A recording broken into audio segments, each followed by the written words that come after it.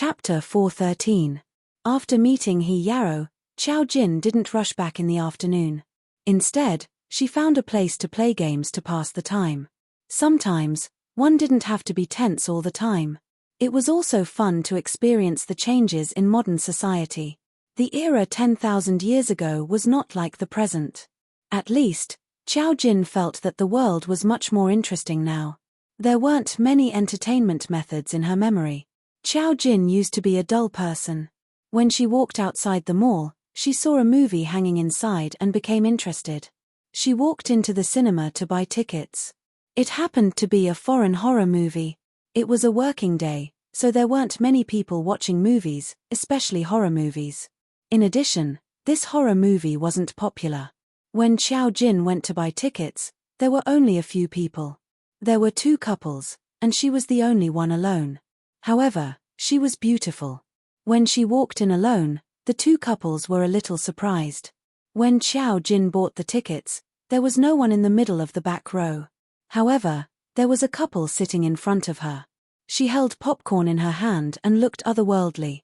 The two couples couldn't help but glance at Xiao Jin. No matter if it was a man or a woman. Xiao Jin was as calm as Mount Tai. Soon, the movie started. The whole cinema was dark. Xiao Jin noticed that a few people walked in. This group was a little big. There were 5 people, 3 men and 2 women. 4 of them were laughing and didn't have the self-awareness to be silent at all. There was also a girl who lowered her head slightly. She seemed to be in a bad mood. At this time, the lights were dim and the cinema was dark. They didn't notice Xiao Jin. Xiao Jin sat in the 10th row, the couple sat in the 9th row, and these people sat in the 8th row. The movie officially started. Because it was a horror movie, there was always a scary atmosphere. From the beginning of the movie, it was in an old style. This was a horror movie imported from abroad. Too few people knew about it, but it looked scary enough. From the beginning of the movie, the girl in the couple whispered that she was afraid and leaned into the boy's arms. The boy enjoyed it very much, but in fact, they also felt scared. Because this movie was indeed scary. This was a horror movie where an old lady turned into a baleful ghost. Compared to most of the endings in China where the ghosts ended up as mental patients, this movie clearly showed that the old lady was a ghost.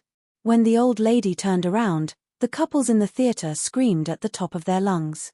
Even the 3 men and 2 women in front felt a little scared. Among them, Xiao Jin suddenly felt some different energy. The aura of demonization. Her hand holding the popcorn paused for half a minute. How could he be so lucky? Why was he able to bump into him in a movie? However, it was not a good thing to encounter the demonized spirit seed here because you had no idea what its ability was. Xiao Jin stared at the old lady on the screen. Her eyes were wide open as she slowly walked towards the people in the theater. He really walked over. This movie was not in 3D, it was just an ordinary 2D movie. However, as she moved, the couples gradually felt that something was wrong. Why does it feel like she's going out more and more? She's coming out. She's really coming out. Chapter 414. The earth-shattering screams were enough to scare people out of their wits. The old lady in the movie actually took a step out of the theater and appeared in the theater. They clearly saw that she had stepped out of the movie. Her figure was very obvious in the front row. The couples screamed. The few men and women sitting in the 8th row screamed. Something was wrong. Is this a joke from the theater? Is this a 5D effect? A few of them were still rational when they screamed, thinking that it was an effect from the theater. But when the old lady slowly walked up the stairs, the entire theater became colder and colder. They realized that something was wrong. Regardless of whether this was real or not, they didn't dare to stay there. They were scared out of their wits and ran out of the theater screaming. In their seats, only Xiao Jin and the girl in the 8th row who had her head lowered when she came in did not move. The staff monitoring the theater could not see anything. They could only see a few audience members who were enjoying the movie suddenly jump up from their seats and run out of the theater. They were also a little confused. This horror movie was a little scary, but wasn't it a little too exaggerated to run out of the theater? Moreover, There hadn't been such an effect after such a long time. Didn't they see that there were still two beauties in their seats? Why were the others so timid? But when they ran to the entrance of the theater, they realized that the door was tightly shut and couldn't be opened. Impossible, the theater was never closed. This way, the audience who wanted to go to the washroom could go out at any time. Help! There's a ghost! Help! Frightened by the atmosphere, a few timid girls couldn't help but scream and hit the door for help. The staff saw the situation from the surveillance camera and felt that something was wrong, so they quickly sent someone to take a look. The old lady didn't even look at Xiao Jin, who was sitting on the stairs, and went straight for the few people. She walked very slowly, but in a few seconds, she was close to them. Ah! Another round of horrifying screams. When the old lady was close to them, the door was suddenly opened by the staff. They screamed and ran out, but when they turned back, they saw that the old lady was gone. The old lady's shadow had long disappeared. There's a ghost. There's a ghost in there. That old lady really appeared. What the hell is your movie theater doing? Aren't horror movies scary enough? Why do you have to scare us like this? The girls were so scared that they started crying. The other boys also yelled at the staff angrily. The staff was confused. I'm sorry, but we really don't know what you saw. We're only responsible for playing the film. We didn't see anything. Are you guys too scared? Fuck, that old woman came straight out of the movie, and you still say it's fake? It's true. That ghost came out of the movie and almost caught us just now. It was too terrifying. Woo woo woo woo woo. I want to go home. I want to go home and find my mother. The chaotic roars of these people caused the cinema to shake. Even the audience who were waiting to watch other movies looked over. Of course, no one believed such a thing, but several people said in unison that they had seen a ghost, which was a little creepy. Chapter 4:15. Amidst the chaos, Xiao Jin slowly walked out with the unfinished popcorn. The staff member was surprised to see how calm she was and quickly asked her, "Miss, did you see anything just now?" Xiao Jin said, "I didn't see anything." The men and women who rushed out were all stunned. Xiao Jin also came out, but she said she didn't see anything. At this time, the last girl walked out slowly. The staff member also asked her, but she slowly shook her head. Both girls said they didn't see anything, and the others immediately thought that the other girls were crazy. It didn't make sense that the other two girls weren't afraid at all. Although those people were afraid, they were emboldened now that there were more people. The girl who came with the last girl said with tears in her eyes, "Did you really not see anything, Shang Yishan? Did you really not see anything?" Her tone was aggressive, as if she often talked to her like this. Shang Yishan looked up, her eyes a little confused. "I really didn't see anything." She spoke timidly. Her timid appearance made the others believe her even more. If there were really ghosts, how could people not be afraid? In the chaos, a few people even asked to see the video. No one noticed that Xiao Jin glanced at Shang Yishan. She was no longer interested in watching the movie.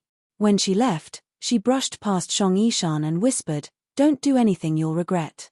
Shang Yishan paused. She didn't dare raise her head or look at Xiao Jin. Although the beautiful Xiao Jin was eye-catching, no one noticed what she said to Shang Yishan in the chaos. When Xiao Jin left, there was a wisp of black qi in his palm. She stopped him. The old lady just now had been released by Shang Yishan. Her ability was quite interesting. She could materialize virtual characters. In reality, the old lady might be a living person, but in her heart, the old lady who walked out of the theater just now was really a ghost. It was something formed by Shang Yishan's evil thoughts. Xiao Jin only saw that it hadn't turned into a disaster, and casually collected the devil qi that had just been produced. If she hadn't been there just now, there would have been a murder in this movie theater. Due to the imbalance in his heart, he had given birth to such evil thoughts. She looked at the black gas and frowned slightly. What was worth mentioning was that this incident later became a small hot search. On a famous short video app, someone recorded this video and posted it here, attracting the attention of tens of thousands of people. According to the video, a group of young men and women had caused a scene in a movie theater. They claimed that ghosts really did appear while they were watching a horror movie. They even insisted that the movie theater show them the surveillance camera. In the end, the surveillance camera showed that it was them who had gone crazy. There was no ghost at all. This caused the netizens to laugh and mock him. How could there be a ghost? How could there be a ghost in a horror movie? Is this a publicity stunt by the cinema? I'm dying of laughter. These men and women are so funny. I'm dying of laughter. Are they crying from fear? Her acting skills are quite good. Are you trying to hype it up? If this matter became popular, it would have a negative impact on the cinema. In order to prove their innocence, the cinema cut out the part where they went crazy. However, those who didn't think there was a problem felt a little creeped out after watching the video. Chapter 4:16. There was indeed nothing wrong with the video. The only thing that could be seen was a few audience members suddenly going crazy. At first, they screamed in panic. Even a veteran actor would have to admit defeat. In terms of acting skills, they were too good. However, as they ran to the entrance, two figures that did not move attracted the attention of the audience. When one of them stood up, holding a popcorn bucket, she glanced at the video. Although it was the special night vision of the cinema, it could not hide her beauty. There's a saying that the young lady looks good. If there's really a ghost, why didn't the two young ladies move? It's so strange. Even if they didn't see it, the others had such a big reaction. Why didn't the two girls move? I suspect it's a publicity stunt, but watching this video still gives me a creepy feeling. I have goosebumps, but I don't know why. To be honest, these audience members' acting skills are simply pushing the young fresh meat and the old fat meat to the ground. This is a publicity stunt, right? What does a cinema need to hype? They're the ones going crazy, right? This video gradually became popular on the internet. Ordinary audience members might just treat it as social news and laugh it off. However, it would be seen by the spirit group. Others might not be able to see it, but the spirit group members' expressions changed drastically. This was because they could clearly see in the video that there was indeed an old lady walking slowly. Ordinary people could not see it. Did this not mean that there was a problem? The spirit group immediately investigated the surveillance video of the cinema. In the end, they confirmed that there was no problem with the video. That meant that there was indeed an abnormal situation. To be able to summon such a terrifying thing, it was definitely not a simple spiritual reader. It was most likely a demonized spiritual reader. The spirit group immediately launched an investigation. Fortunately, there were surveillance cameras everywhere. Soon, they found the person in the video. However, when they saw that Xiao Jin had also appeared, the spirit group was stunned. Fuck, why was she everywhere? He Yarrow had just met Xiao Jin. In the afternoon, she had gotten involved with a demonized spiritual reader and was even caught in a video.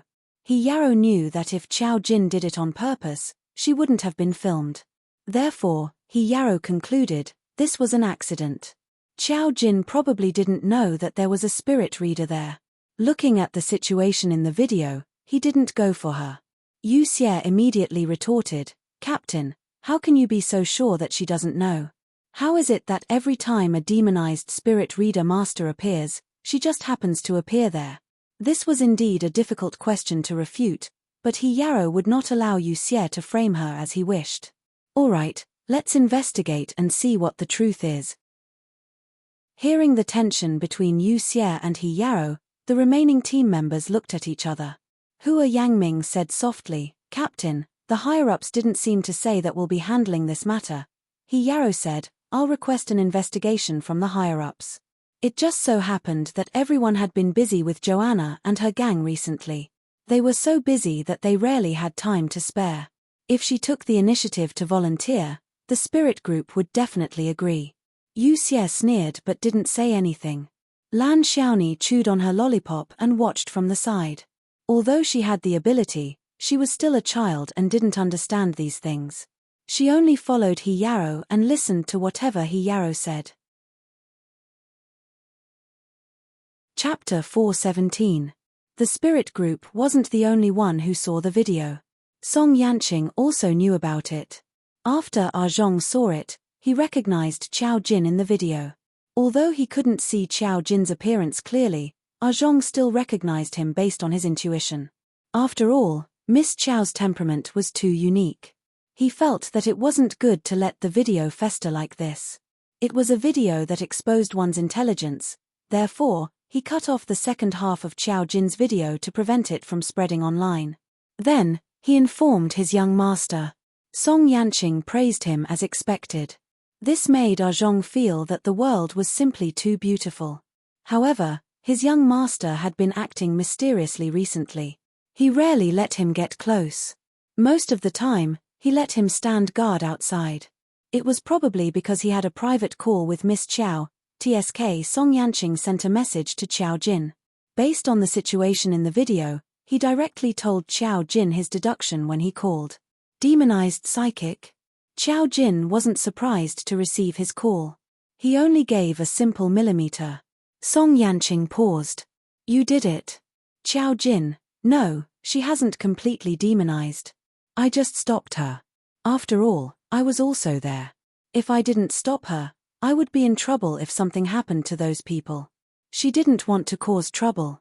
Song Yanqing pondered for a moment. She hasn't completely demonized. Does that mean she will continue to demonize next time? Qiao Jin, if she can't change her mind, she will probably. Can you see the karma on her? Qiao Jin, I can see it. Those people have some enmity with her, but they don't deserve to die. She can demonize, so her personality should be dark. She has been catalyzed. I haven't investigated the specifics. The spirit group has already targeted her. The spirit group will investigate thoroughly. Since that was the case, Song Yanqing did not pay much attention to this matter. He found it a little funny. You encounter this kind of thing everywhere you go? Qiao Jin said, no, I was just surprised. I just wanted to watch a movie. I didn't expect to run into you here. Watching a movie? Song Yanqing caught the main point. You can watch a movie with two people. It's too boring for you to watch it alone. Qiao Jin, I'm not bored. How can I be bored watching a movie? She had gone because she wanted to watch a movie. Song Yanqing, he had misjudged Qiao Jin's thoughts again. Hearing this, he chuckled softly. That chuckle was cold and somewhat doting. Yes, we can go and see it together next time. When he brought it up, Qiao Jin agreed readily. Sure. Well, in fact, Lord Song had never been to a movie theater before. He had never even been to a mall. Firstly, there was no need at all. Secondly, his father did not want him to appear in crowded places. Song Yanqing still wanted to chat with Qiao Jin. At this moment, he heard footsteps at the door. That familiar voice that annoyed him caused the smile on his lips to slowly fade. His gaze gradually became cold and distant, but his tone was still gentle. I have something to do. I'll hang up first. Okay. The girl hung up. Song Yanqing put down his phone and looked at the woman who walked in without any emotion. Yang. The woman who walked in had waist-length golden curls. She looked as exquisite and beautiful as a Barbie doll. She was a top foreign beauty. At this moment, she was crying as if her heart was broken. She looked even more pitiful. Chapter 4:18. Qiao Anna. He opened his mouth, his tone polite and distant. No matter where you are, no matter who you are, you should at least report to me before entering my office. No. Qiao Anna took a tissue and wiped her tears. Yang, I'm already sad enough. Why are you still treating me like this? She was wearing a tight-fitting grey dress that wrapped around her perfect figure. The crying on her face was sincere. My brother died an unnatural death. Now, I just want to catch the murderer who killed my brother. Yang, can't you be gentler to me on account of the fact that I just lost my brother? Song Yanqing blinked slightly. His long eyelashes covered his eyes, making them look even deeper. He pursed his lips slightly and looked like an extremely gentlemanly young master of a noble family. He was elegant, but his tone was cold. Qiao Anna, I've already informed the police about your brother's matter. I'll get them to investigate it properly. You have to trust the police in China. How can I trust you? Qiao Anna almost broke down. The man in front of her didn't even know how her brother died. Who killed him? She was already in enough pain. Sometimes, she wanted to cast a spell on this man, but she didn't dare to do so because of some reasons. Why was it that when she was in the empire where the sun never set, she was the lady of the He family that everyone envied? The men who chased after her could line up from the Eastern Hemisphere to the Western Hemisphere. Only this man, felt that it was a luxury to even look at her. Coupled with the death of her brother, Xiao Anna cried even more sadly. Song Yanqing didn't even want to listen to her anymore. He gently turned the jade ring on his thumb. Suddenly, he heard her say coldly, "Yang, I heard that you have a 20-year-old girl by your side." His slender fingers that were turning the jade ring suddenly stopped. He looked up with a smile on his lips. He was elegant and perfect, exuding an aura that made people unable to take their eyes off him. So, Xiao Anna saw his expression. She didn't know why, but her heart skipped a beat. But that was impossible. She wouldn't be afraid of him. He's just a weak noble son. He's just relying on the fact that I like him, that's why he's so blunt. If I let him know about the true power of the He family, he'll definitely put down his pride to pursue me and make me marry him. The alliance of the strong was the foundation of this world. Thinking of this, Xiao Anna wiped away her tears and resumed her noble posture. However, when she mentioned the 20-year-old girl, her tone was not peaceful. You only need to ask around to know this kind of thing. In the past 25 years, I have never heard of anyone staying with you for more than a month. Yang, tell me, who is she? Was she special? As long as you say it's nothing, I can tolerate having other women around you. Even so, a sinister glint flashed in the depths of her eyes. Song Yanqing remained calm. The smile on his lips didn't fade. His eyes were as black as ink. They were like whirlpools at the bottom of the sea, covered by the calm water surface. No one knew what kind of undercurrent was surging underneath, and what kind of terrifying aura it was. He looked at Xiao Anna with a charming smile. Even his tone was elegant and peaceful. Xiao Anna, you don't have to care about her. Because you mentioned her, he will let this matter end. I want you to never mention her again. Chapter 419. Joanna misunderstood what he meant. With a hint of joy, she asked, "Is she unimportant?" Song Yanqing turned around. His tone was still elegant. "Joanna, you should go back. I don't like to be disturbed when I'm working." Joanna was a little unhappy, but she couldn't do anything to Song Yanqing for the time being. When she left, she was full of grievances. After she left, Song Yanqing took out his phone and dialed a number. His tone was elegant. "I need you to do something for me." The He family inadvertently walked into Xiao Jin's line of sight. This was because not only was the spirit group investigating the cause of death of several people, but Xiao Jin also accidentally learned that Joanna met with the Feng family. The He family and the Feng family. In fact, there were very few guesses.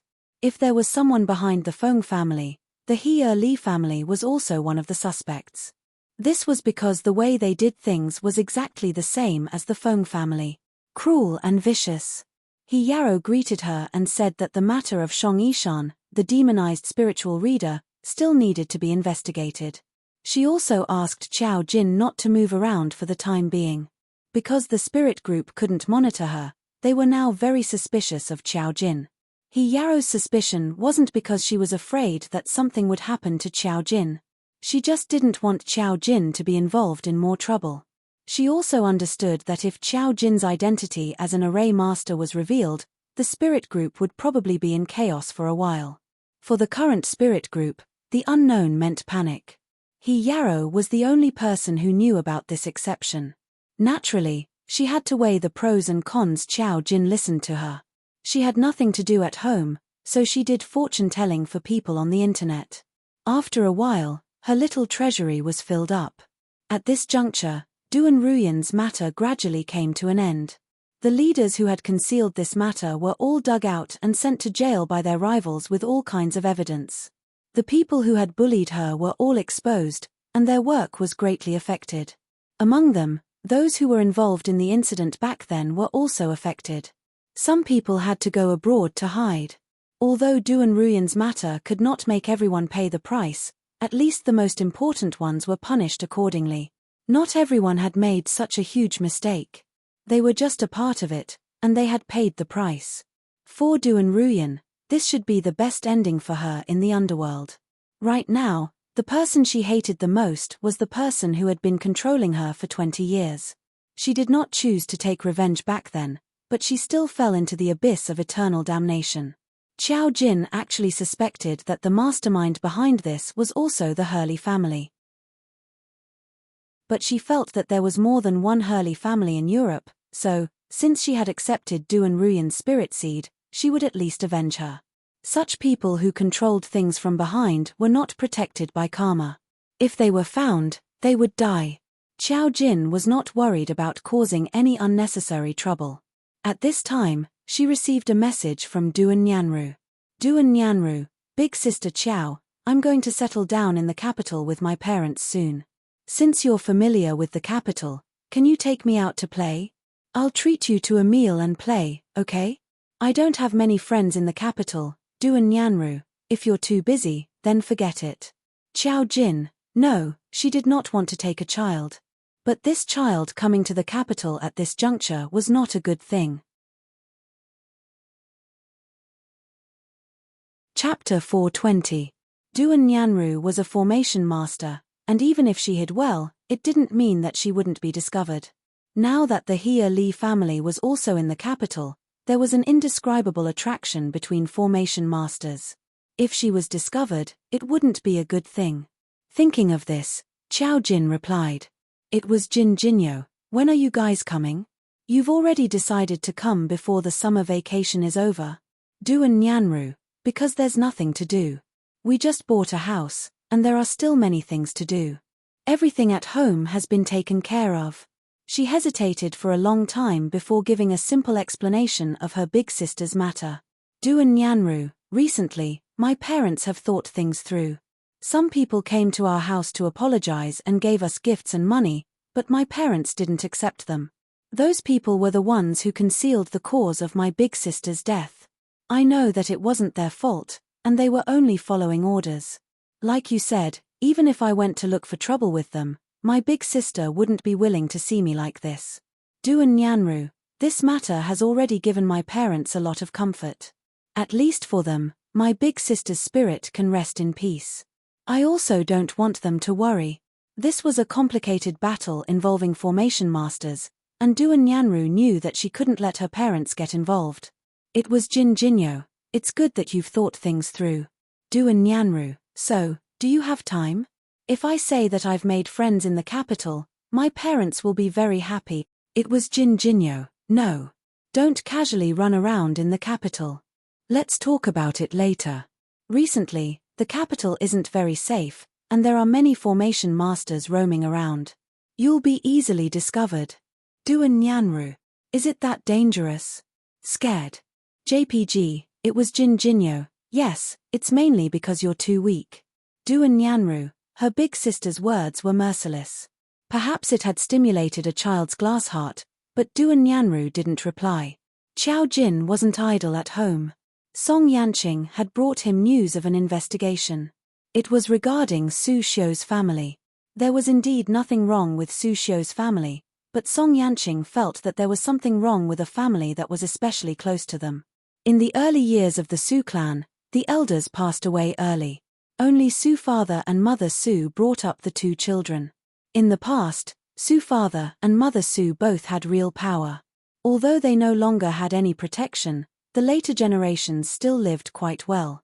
Su father was refined and gentle. He had never been rumored to be angry with anyone. His position was also quite good. Su's parents. SSSS parents.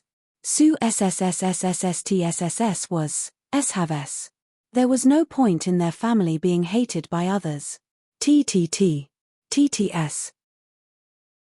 Their TNI-TTTTTTSSS shows his family's S.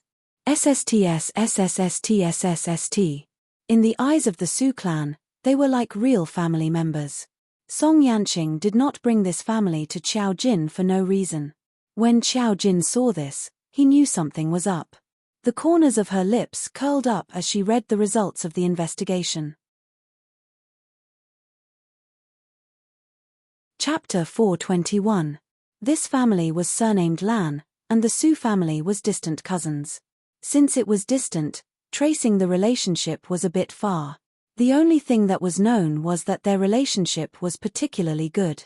But when Su Xiu was 3 years old, that was, when Su Xiu had an accident, the Lan family suddenly had a big misfortune. It was a bit like the current Feng family. Whatever they did, they would lose. There were 2 only children in the family, and they almost had an accident. According to the situation at that time, the Lan family basically had no hope of turning over.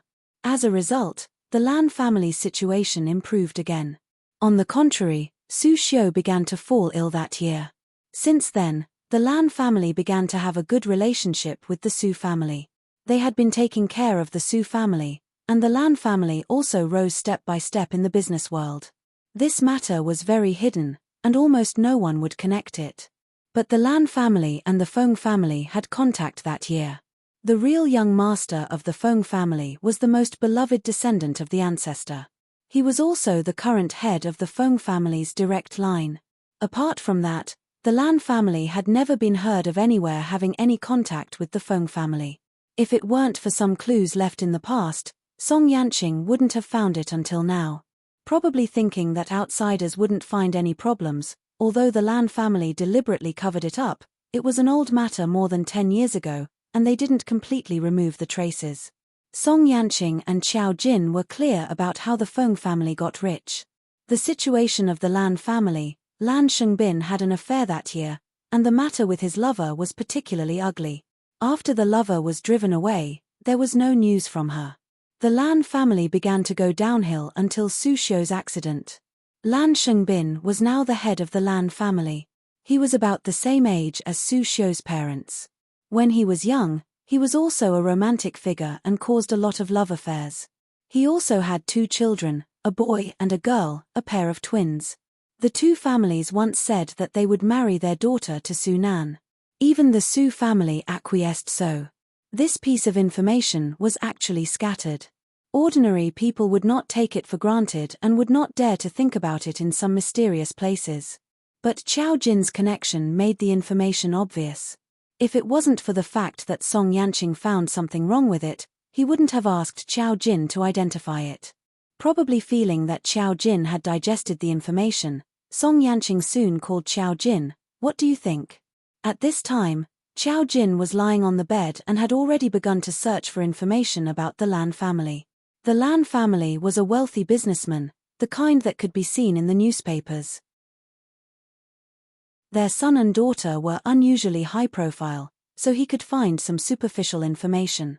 She looked at the person above with a playful expression. "Are you trying to say that the array formation has been moved?" "Song Yanqing, I'm just suspecting.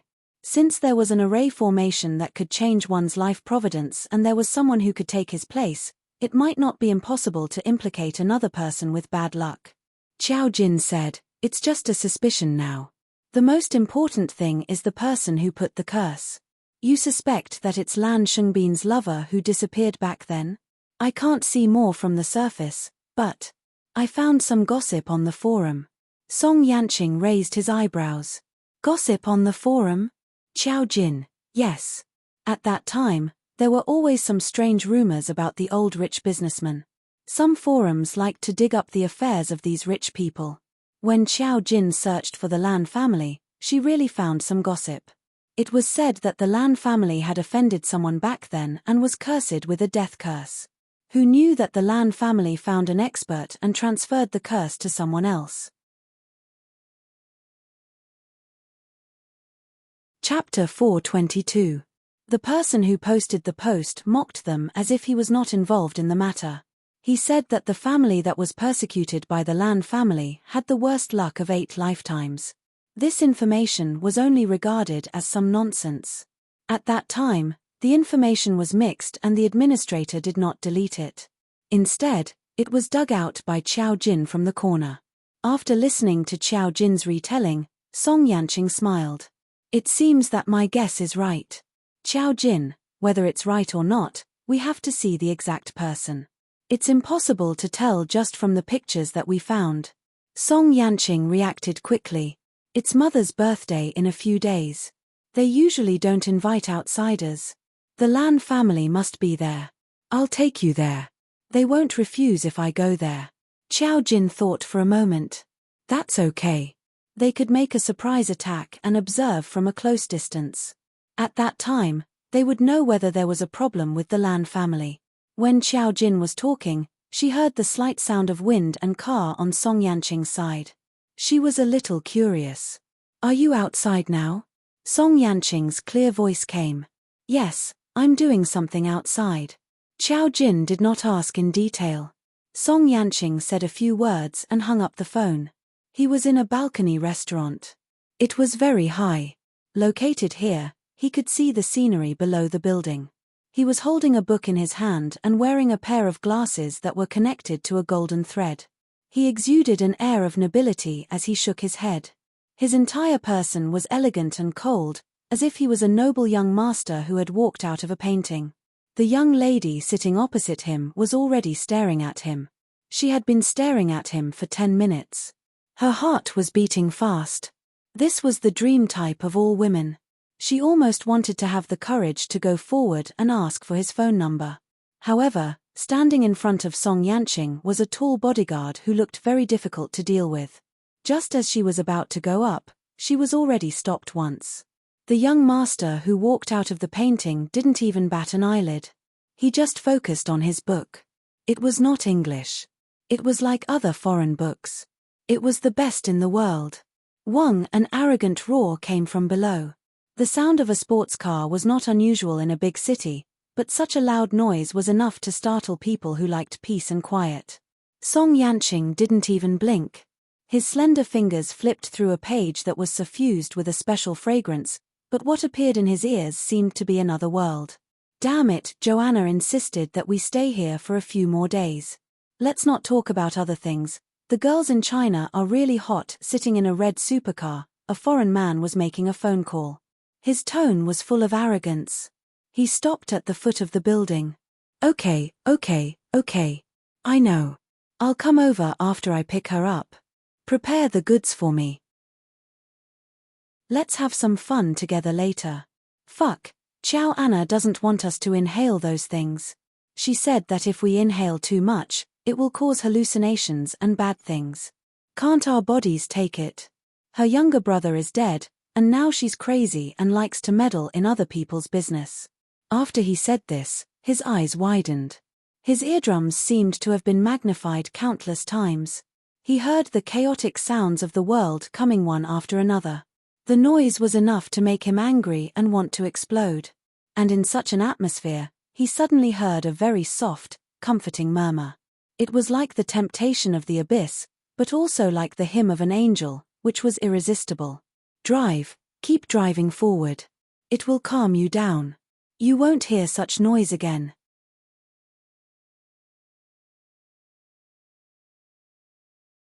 She was such a perfect person, yet she couldn't even have the slightest connection with him. She was not willing to give up. She wanted to know who this person was. She had to. By the time they left under the escort of others, Ardan had more or less heard the news. It's a little strange.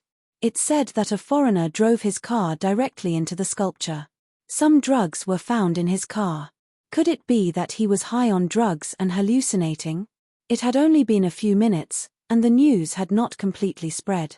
RGE did not know that the person who died was related to Xiao Anna. Ting couldn't help muttering. Song Yanqing kept looking out of the window with a faint smile on his lips. In his eyes, the world was quiet and silent. The mountains, rivers, and time were all beautiful. Especially her. Chapter 424. Another one dead. Xiao Jin was fishing at home when she received a call from He Yarrow. She looked slightly surprised. Is that so? Did they offend someone? She hadn't done anything yet, so why were people dying one by one? The spirit group was the one in trouble, not her, so she didn't sound worried at all. He Yarrow sounded like she was about to break down. The police determined that they were high on drugs and had hallucinations. When they stopped, they crashed into the statue. The base of the statue is made of marble, so how could they crash into it? The car was destroyed on the spot. The boss said that Joanna is now crazy and suspects that we are deliberately targeting them. We don't have the guts to do that. Joanna and the others were array masters. Yarrow couldn't think of anyone who would dare to kill a group of array masters like this. Joanna was backed by the entire Hurley family. Wouldn't this cause a conflict between the two countries? Qiao Jin said, "Oh, this is my blind spot." Drugs were something that only medical students knew. Qiao Jin didn't know what these drug addicts were thinking. She said casually, "Maybe they died from hallucinations. Logically speaking, there's no one in the capital who can kill Joanna and the others, unless it's a dogfight." Yarrow was stunned. Internal strife. Is it worth it? Besides, they are array masters. Do array masters have side effects like ordinary people when they take drugs? Of course. Qiao Jin took a sip of water from the cup next to her. There was even wolfberry in it. Qiao Fei had made it. Other than being a formation master is just an ordinary person. We have the same reactions that ordinary people have. What's harmful to ordinary people is naturally harmful to us, just like how we will die if we get hit by a bullet. Are you invulnerable? Yarrow was speechless. That's right. The foreigners who came were a little. The higher-ups asked us to treat them well. Otherwise, who would be willing to receive these scumbags? Yarrow gritted her teeth. She had only been here for a few days, but she had already heard one thing after another. The spirit group had to clean up after them. Now that they were all dead, the spirit group didn't feel happy. Instead, it would cause more trouble. Who knew how crazy the Hurley family would be? It's not safe now. We've decided to send Joanna and the other person back. Including herself, Qiao Anna had brought a total of 6 people to visit China. The rest were just ordinary people. Now, 4 of them were gone, and one of them was her brother. If they wanted to make a big deal out of it, it would become an international dispute. However, this was the world of spiritual readers after all, so it wouldn't affect the real world much. He was just afraid that he wouldn't be able to catch the real culprit and become enemies with the Li family. 6 people? Yarrow nodded. If you want to include those who aren't spiritual readers, then there are more. But Joanna's group only has 6 core members. What's wrong? Nothing much. Qiao Jin suddenly recalled the array master who had killed Song Yanqing. He appeared out of nowhere. If he was one of Qiao Anna's men, 5 of them would have died. According to Yarrow's tone, there was clearly still one left. Then who was the array master that killed Song Yanqing? Maybe Joanna had brought more than 5 people with her, and there were others hidden in the dark. Qiao Jin felt that this guess was most likely true. After all, Song Yanqing had personally said that it was Joanna's men. Chapter 425. Yarrow was just complaining to her. She could not really suspect Qiao Jin. If Qiao Jin wanted to kill someone, there was no need for him to kill the Li family. Moreover, even if the spirit team did not monitor her, they would know that she was at home. If Qiao Jin could kill the Li family from a distance at home, they might as well stop playing around. However, Yarrow did not think that Qiao Jin could really kill the Li family from a distance. It was just that there was no need for him to do so. After hanging up the phone, Qiao Jin thought about it seriously. In the current situation, who would attack Joanna and the others? It was easy to guess. Joanna and the others were array masters.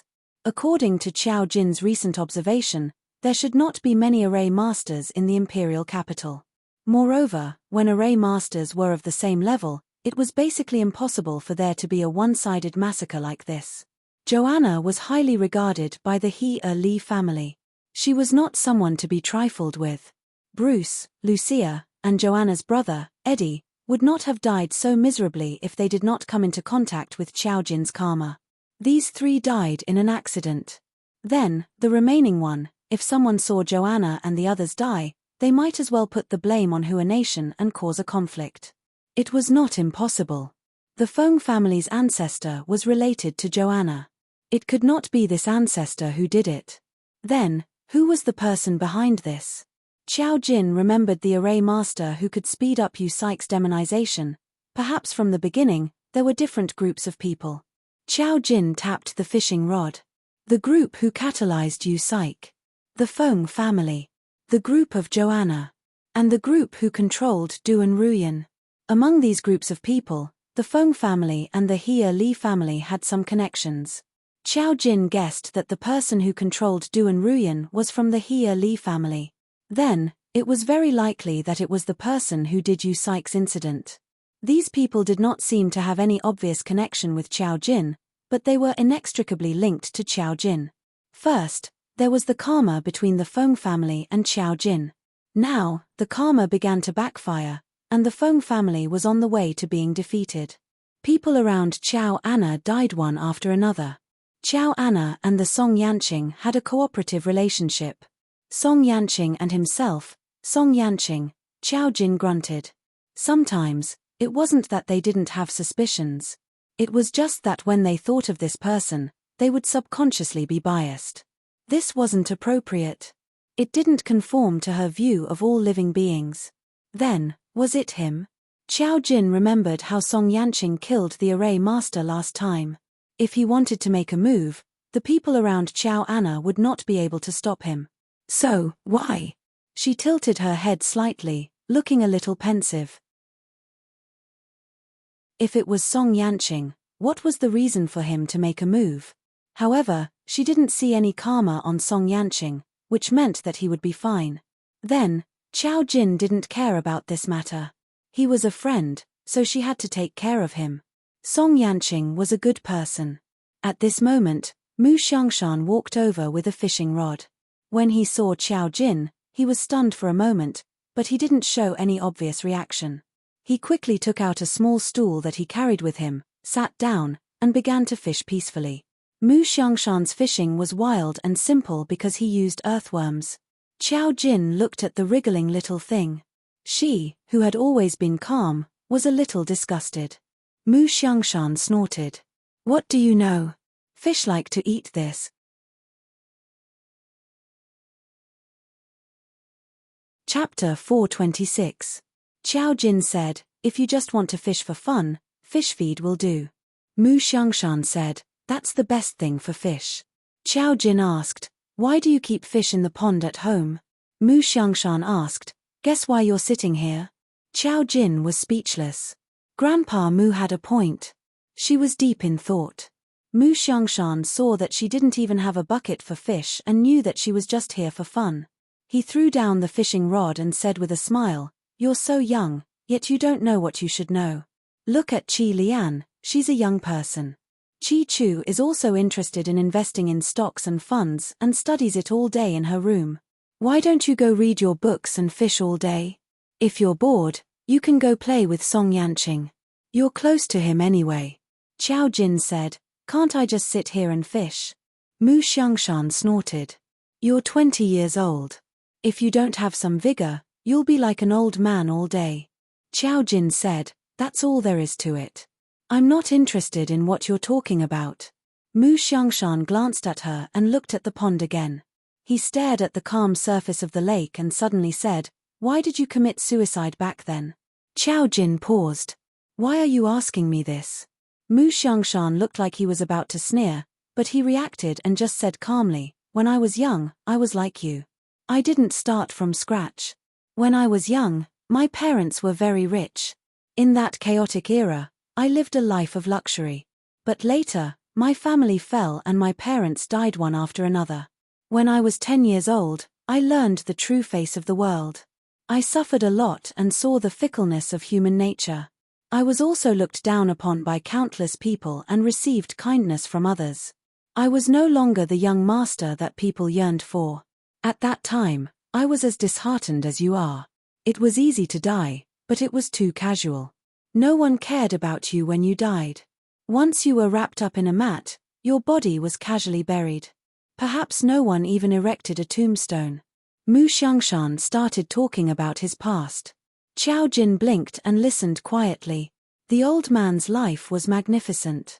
Qiao Jin listened and felt that other people's lives were actually quite exciting. From living a life of luxury to poverty, to building a business empire, Mu Xiangshan had suffered more hardships than anyone could imagine. He was also more legendary than some people. I don't know how your mother raised you. I've never been involved in the matters between you and your mother. It's not up to me to judge. I just want to tell you that think about Xiao Fei, who raised you, and the more than 20 years you've lived. There are many things in this world that can't be solved by death, because there is only hope if you are alive. Qiao Jin, I know. She answered very softly. That was the old her. She was mentally weak, and the choices she made were her own. No matter what, that was still her. Qiao Jin said, you have a strong heart, so your life is extraordinary. Not everyone in this world is like you. Maybe I didn't think so much back then, but what you said makes sense. Mu Xiangshan snorted. Do you know why I didn't agree to your mother and my son being together? Qiao Jin, I think you should talk to Xiao Fei about this. Mu Xiangshan.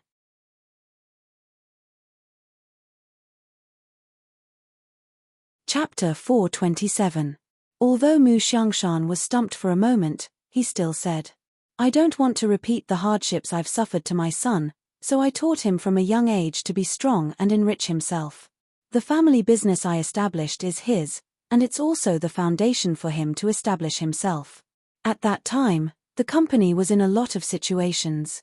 When I wanted to hand the company over to him, many people were not convinced. They were veterans who had followed me to build the company. Zhenming was too young. What I want is a wife who can help him and help him solve his problems, not a woman who is naive and doesn't know anything about the world and only knows how to cry when something happens. When he said this, he couldn't help but feel a little disdainful, but he still sighed and said, after so many years of authoritarian education, I forgot what Zhenming really needs. Your mother's personality is too soft. She can't even see through some people. But these 20 years have made me look at her in a different light. At least she didn't ask Zhenming for help. In addition, she also gave birth to 3 sons. His eldest son was outstanding, and so was his second son. Although his third son was unreliable, he was the happy fruit of the family, so he turned a blind eye to it. Later on, Mu Zhenming's wings gradually grew and he successfully usurped the throne. Outsiders said that Mu Zhenming forced his father out of the country. In fact, no one knew whether this was what Mu Xiangshan had always hoped for. Qiao Jin said, so this is the reason why Zhenming forced you out of the country. Mu Xiangshan glanced at her and said faintly, so what's wrong with you? I also asked Zhenming. He said that you weren't like this when you first came to the capital. If you think that those 3 boys have a problem with you, you can say it.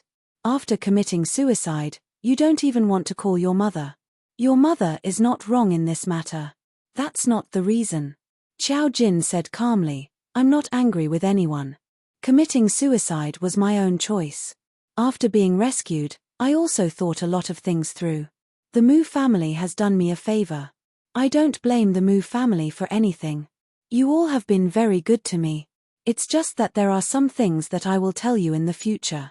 Besides, I don't think there's much difference between calling you by your name or calling you mom and dad. In essence, she felt that she had lived for too long, and her seniority was different.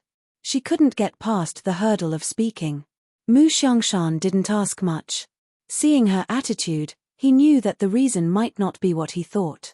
He nodded, okay, you young people have your own ideas. But regarding your biological parents, are you really not planning to go back and take a look? No matter what, they are still your parents. Qiao Jin, no, it's too troublesome. Mu Xiangshan was a little speechless when he heard her straightforward words. She was quite hard-hearted. He wondered if she really took after her mother. One was willing to abandon his daughter for glory and wealth, while the other was willing to disown her. In fact, he felt that it was better this way. After all, Chai Yueli and Ji Qiue did look like 2 troublemakers. Mu Xiangshan thought of the question that had been bothering him for a long time. After some hesitation, he asked, you said that you recently learned fortune-telling on the internet. What's going on? Qiao Jin, it's just fortune-telling. I taught myself online. Mu Xiangshan, I've lived for so many years, but I've never seen anyone teach themselves fortune-telling. Qiao Jin, so now that you've seen it, do you feel like you've learned something new? Mu Xiangshan, only when one was old would one be able to see everything.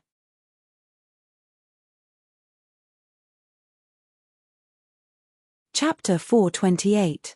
Qiao Jin chatted with Mu Xiangshan for a while and gained a deeper understanding of the Mu family. She carried her small stool back to the living room. Qiao Fei saw her and cautiously came up to her. I just saw you and your grandpa talking at the fishing pond. What were you talking about? Qiao Jin was amused by her inquisitive look. Are you worried that I will say bad things about you to him? Qiao Fei's face turned red. Nonsense. Am I that kind of person? In fact, she was a little worried that the old man would take the opportunity to say bad things about her. After all, he had never liked her very much. Seeing that Qiao Jin was smiling and not saying anything, Qiao Fei knew that she was probably overthinking. She coughed and waved her hand. Mom is going out to play cards in the afternoon. Are you eating at home tonight? Qiao Jin, probably. As soon as she said this, she received a WeChat message. Song Yanqing, dinner tonight. Qiao Jin looked down and said, okay, she's not here. Qiao Fei, she glared at Qiao Jin. You go out and play all day long. Now you don't even eat dinner. Qiao Jin, Song Yanqing asked me to go out for dinner. Everything was stuck in her throat. Qiao Fei was the perfect example of bullying the weak and fearing the strong. Go ahead, after all, it was an invitation from the young master of the Song family. Qiao Fei couldn't refuse. She just felt a little strange. Why does he always ask you out? Qiao Jin was very natural. I ask him out too. Qiao Fei wanted to ask if they were in a relationship. But seeing Qiao Jin's too honest and natural expression, Qiao Fei felt that she was thinking too much. If a girl was in a relationship, there would be sweetness and shyness, right? Anyway, she didn't see it on Qiao Jin's face. Ah. So they were really friends, right? Thinking of this, Qiao Fei didn't ask any more questions. She went out to play cards. Qiao Jin took a break first and went to the appointment at night. Song Yanqing, who had just sent her a message, was not at peace. He received the news that Qiao Anna would leave Huaxia by plane at night. She had left earlier than he had expected, which was somewhat unexpected. His fingers tapped lightly on the table as he smiled faintly. It did not matter anymore. However, the secretary soon came in to report that Qiao Anna had arrived. Last time, Qiao Anna broke in directly. The next day, Song Yanqing changed a group of people. This time, the secretary outside stopped them and had to come in to report. Song Yanqing didn't make things difficult for them. He asked someone to let Joanna in. When Joanna came in, she was very direct. Yang, I'm leaving. Can you send me off tonight? The people she brought were almost all dead. Now she was alone. Qiao Anna felt that this trip to the capital was faintly strange. Although she still needed the lingering group in the country to find the murderer as soon as possible, she had already planned to go back and report this matter to the emperor. She felt that they were in big trouble, but they couldn't find the source of this trouble. Looking at her expectant eyes, Song Yanqing just raised a perfect smile. I have something to do tonight. I can't send you off. I'm sorry, Qiao Anna. Qiao Anna's eyes flashed. What's the matter, Yang? Song Yanqing's tone was gentle. Does this have anything to do with you, Qiao Anna? So you're lying to me. Qiao Anna's face was a little distorted. You just don't want to send me off. Why? With her agitation, Song Yanqing felt that there was an invisible net around him pressing down on him.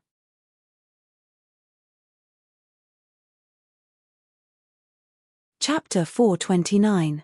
The atmosphere suddenly became oppressive and suffocating. There was a strange fragrance in the air. It was as if it could make people addicted. This fragrance made people impulsive and primitive. Song Yanqing sat in his seat without even changing his expression. The smile at the corner of his mouth was elegant and charming. It was still a feeling that made Qiao Anna extremely crazy. You see, you are like this. Why can't you get along with me? I didn't want to use these methods on you. It's so embarrassing. Chow Anna said so, but she walked towards Song Yanqing step by step. She was wearing a delicate long dress with a thin belt on her snow-white shoulders. When she put her wrist on the thin belt to pull it down, Song Yanqing suddenly said, "You should stop your actions." Although the words were soft and Chow Anna's expression didn't change, she felt that something was wrong when she pulled it. There was an inexplicable force controlling her, making her stop. When she put down her hand, she felt that she had returned to normal. She touched her shoulder again, but there was another resistance. Chow Anna's pupils suddenly shrank. She looked at Song Yanqing and said in a hurry, "You." This beautiful Western beauty was now looking at Song Yanqing with an unbelievable look. Song Yanqing stood up from the office chair and looked at her with a smile. The unexpected change became the result of the plan. His smile was still so elegant and gentlemanly, just like the gentle jade he had always shown. He was like the most beautiful spokesman, making people not realize that there was anything wrong at all. "When you go back, you know what to do." It was just a very ordinary sentence, but it was like a curse, firmly engraved in Chow Anna's heart. As an array master, Chow Anna's intuition made her feel a dangerous breath. No, she was not a fool. Now she knew that something was wrong with Song Yanqing. "You are not. You are also a spiritual reader." She widened her eyes in horror. How could this be? It was impossible for him to become a spiritual reader. His fate had long been determined. "No wonder you didn't die," she screamed in a hurry, but she revealed some secrets that shouldn't be revealed. "Oh, was I supposed to die?" He tilted his head slightly and revealed a smile that was not out of his expectations. "It seems that it's just as I thought. You also know about my fate, so you know Ferdinand." His words made Joanna's eyes widen instantly. She saw this man who was as perfect as an angel hand over a dagger gracefully. However, she couldn't control her movements. Slowly and stiffly, she took the dagger. She carefully put it into the handbag that she had brought with her. "No, no, no, no, no." Her tone was sharp and objecting, but her body was doing the opposite. She realized that if she accepted the dagger, something unimaginable would happen. Tears gushed out of her eyes.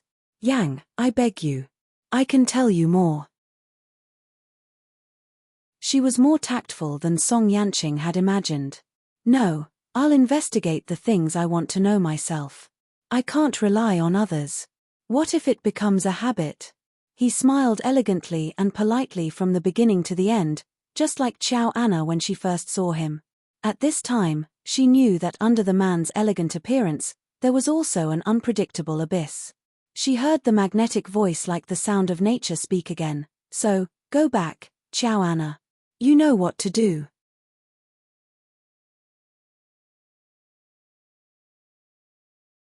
Chapter 430. Joanna turned around and walked out of the office stiffly. Her movements were frighteningly awkward because she was struggling internally.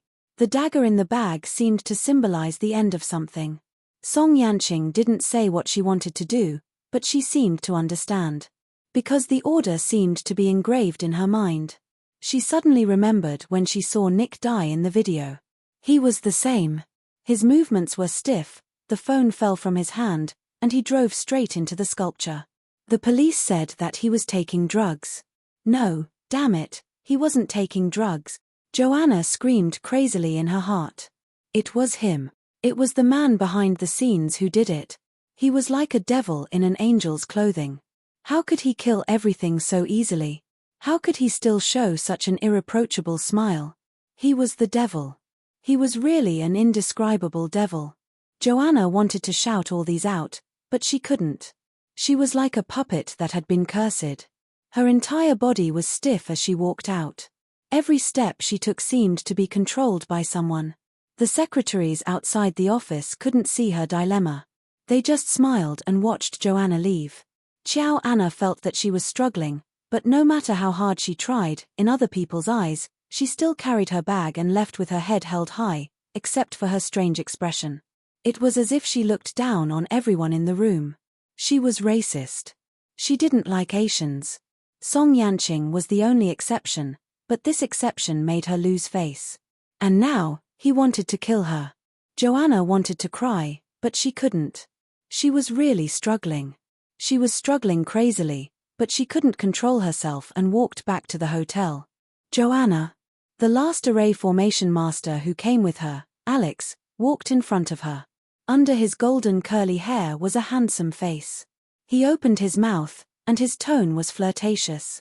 Alex, go, go, she seemed to have her mouth sewn, and she could only force out some English words from her tone. She wanted Alex to leave, but he misunderstood her. Instead, he approached Joanna with a seductive expression. Joanna, before we leave, don't we need to have sex? Go, go, go. Look at the situation now. Joanna was screaming in her heart, but her lips were trembling. Her perfect face was expressionless. She even reached her hand into her handbag and grabbed the dagger. She knew that it was too late. She knew that it would all end soon. She knew what Song Yanqing wanted her to do. Tears welled up in her eyes, and Alex was stunned for a moment. Joanna, as soon as he shouted, Joanna took out the dagger from her bag and stabbed it at him. Because he wasn't prepared at all, he couldn't block it at all. The sharp dagger perfectly penetrated his chest, and blood instantly seeped out from where his heart was. Alex didn't expect that Joanna would attack him. He opened his eyes wide and looked at Joanna in disbelief. I'm telling you to go, I'm telling you to go. Joanna's tears flowed down, but she continued to stab Alex several times until the man's soft body fell down. She heard a male voice that seemed to come from the horizon. It was cold, aloof, and lofty, with a sigh of satisfaction. Joanna, you did a good job.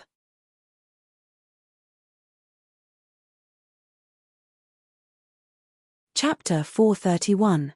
When Xiao Jin and Song Yanqing met in the evening, everything was as usual. This time, Song Yanqing took her to eat authentic Huaxia cuisine. It was hidden in a manor in the suburbs. The chef had traveled all over the country and learned cooking skills from all over the world. He opened this restaurant in the capital, but the demand could not meet the demand. Only 10 guests were served every day. What dishes were cooked depended on the chef's mood. To be fair, the food here was the best Xiao Jin had ever tasted. Probably because Huaxia cuisine was to her taste. Looking at her satisfied appearance, the handsome man opposite her smiled gently and dotingly. This place is very good, right? Yes.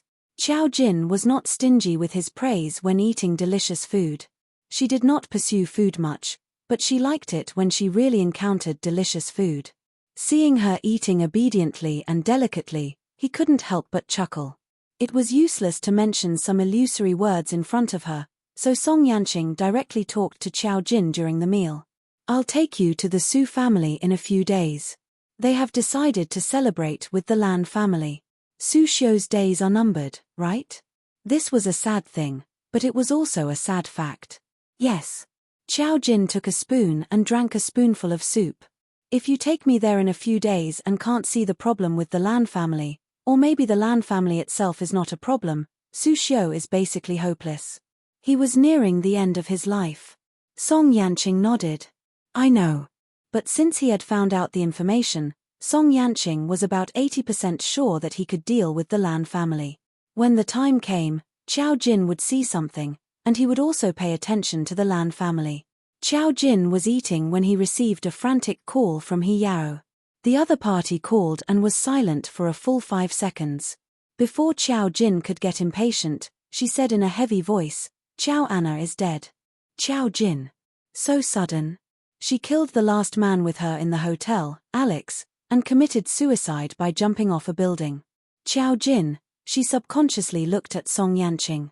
She didn't turn on the speakerphone, but He Yao's voice was still very clear, so Song Yanqing could hear it clearly. He just smiled and said, Joanna is dead. Her features were picturesque, and her temperament was like snow. It was as if no one could see any problems with her. He Yao heard a voice. Is there someone over there? I'll hang up first. Talk to you later. In fact, the spirit faction was on the verge of collapse. Joanna's team had been completely wiped out. Now that the Hurley family had received the news, it was hard to imagine how they would react. In fact, Huaxia was not afraid of these things, But they were afraid that the war between spiritual readers would affect ordinary people. After all, maintaining stability was the most important thing. When He Yarrow hung up the phone, Qiao Jin suddenly grabbed Song Yanqing's wrist. "What's wrong?" Qiao Jin said indifferently, "You were the one who killed him." Song Yanqing just smiled. "I can't hide it from you. Spiritual readers who have been scapegoats and have violated karma are not protected by karma. No matter who killed them, they will not be tainted by karma." Qiao Jin blinked. "You remember my words very clearly." Song Yanqing paused, and his smile slowly disappeared. "Aren't you going to ask me why I killed them?" Qiao Jin lowered his head and continued eating. "There's no need. If you didn't have a reason, you wouldn't have killed them. I just didn't do it, but it doesn't mean they didn't deserve to die." This kind of spiritual reader was basically no different from a demon. The only difference was that they retained their rationality for their greed in the world.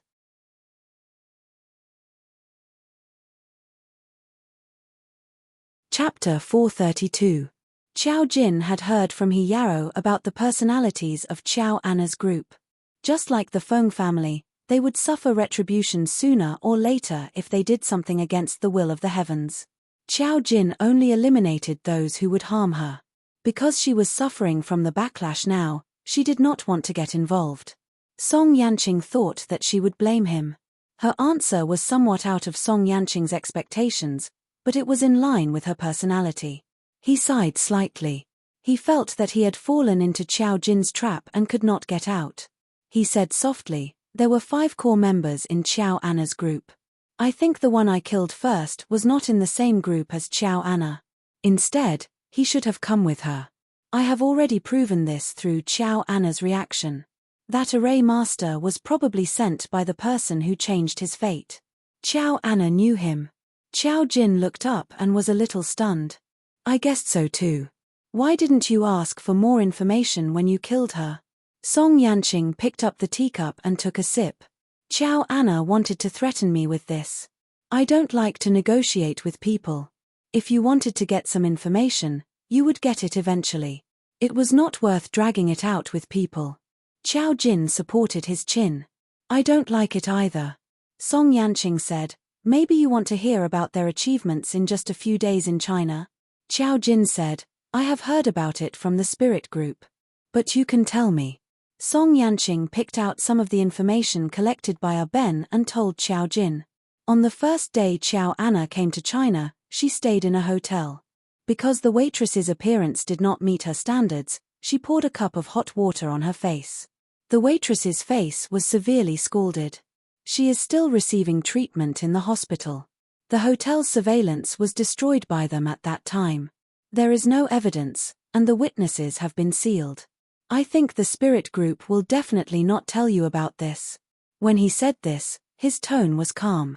This is not the first time Qiao Anna has done something like this. In other words, the entire Hurley family did not treat humans as humans. In their eyes, they were a high and mighty family of array masters, so they had the right to rule over the human race. Song Yanqing said, "The human world has its own rules. Killing Joanna and the others might bring trouble," but his eyes flashed because Qiao Anna mentioned Qiao Jin. This was something that he could not tolerate. Qiao Jin suddenly thought of something. "I see a familiar shadow in her." Song Yanqing narrowed his eyes. "Familiar? They are only humans. We are gods. They were born to be enslaved by us. They didn't treat humans as humans, but there was a shadow of their archenemy. Was the enemy behind the Hurley family?" She rubbed her chin and thought that the first place she would go to after the backlash was over would be the Hurley family in the empire where the sun never sets. "Probably someone I know." Qiao Jin tilted his head and said, "The Hurley family won't be able to trace it back to you. They won't think that you're a spirit master of speech. If they come to Huaxia and make a move, I will take care of it." There was a hint of excitement in her eyes. "How can the spirit seed of a spirit master of occult spiritualism be delivered to me so quickly?" It was just Song Yanqing's ability grew too quickly. Based on their abilities, Qiao Anna should be on par with him. How could she be killed by Song Yanqing so easily? Of course, maybe she had let her guard down. Song Yanqing's eyes flashed. You know someone overseas?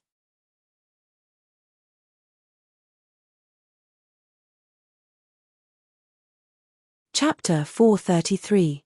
Oh, I'm not sure. He's just someone I know, but we're not on good terms. Qiao Jin thought of his rival in his memory. He's just like Joanna. He looks down on normal humans and thinks he's a god. Song Yanqing nodded. Is he a spiritualist or an array master? Qiao Jin replied, an array master. Where is he now? Qiao Jin shook his head. I don't know. Strictly speaking, he's my enemy. He's one of the targets that I have to get rid of. Is that so? Song Yanqing replied softly, I'll help you. As long as it was something that she wanted to do, as long as it was something that he could do, he would help Qiao Jin no matter what. Okay. She didn't reject him. She only said, there's no need to rush. Song Yanqing had gotten rid of Joanna, and he had killed 6 array masters in one go. It should be 7. The Hurley family wouldn't let this go. They would come to the capital very soon. He just didn't know how things would progress then. For Qiao Jin and Song Yanqing, this wasn't too important. One didn't care at all. The other was that since he chose to make a move, he had the confidence to deal with it. Moreover, he hid it very well. No one would know that he was a spiritualist. According to Joanna, his fate had been changed. It was probably impossible for him to become a spiritualist. However, he didn't expect Qiao Jin to be so strong that he was forced to awaken as a spiritualist. Qiao Jin thought of the 6 array masters who died and felt a little regretful. 7 spirit seeds, it was enough for a few backlashes. Song Yanqing was a little amused. Should I have told you to come over? Qiao Jin said, it's okay. Since spirit seeds exist, there's no lack of them. Song Yanqing thought for a while and asked, are you the only one who can get other people's spirit seeds? Qiao Jin shook his head. Not really. It depends on the situation. I suspect that the spirit group also has a method of seizing spirit seeds, but it's probably different from mine. As for you, if you have this idea, it might not be impossible. Song Yanqing nodded. It wasn't that he didn't have the thought of seizing the spirit seed when he was dealing with those people, but it didn't seem to be that easy. He did not succeed. Something must have gone wrong somewhere. Besides, apart from Qiao Jin, the spirit seed that he had obtained did not seem to have any other use. Qiao Jin didn't say that obtaining other people's spirit seeds could increase one's strength. If that was the case, then spiritual readers would be in danger. He took a sip of tea when his phone rang. He glanced at it and picked it up. He spoke in English. His tone was elegant and calm, as if he was just talking to someone about an ordinary matter. However, Song Yanqing was on the phone with someone from the Hurley family. It was normal for the people from the He family to call Song Yanqing. Qiao Anna and the others had a cooperative relationship with the Song family. Now that Qiao Anna was gone, they would definitely call Song Yanqing to ask about it. After all, they all knew that Qiao Anna had come to look for Song Yanqing several times. Song Yanqing's answer was watertight. There was no evidence to prove that he had anything to do with Joanna's death. Naturally, the Hurley family wouldn't suspect him because a sickly person whose fate had been swapped would not arouse suspicion. After hanging up, Song Yanqing said to Qiao Jin, I'll be very busy for a while. It seems that we can only meet again when we go to Su Xiu's house.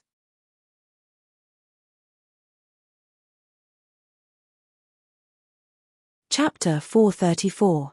It's okay, just do what you need to do. Qiao Jin understood why he was so busy. And it was only for a few days. Okay. Qiao Anna had just died. Although Song Yanqing wasn't a direct suspect, it wasn't as easy as he made it sound. At least there were still many things that needed to be dealt with.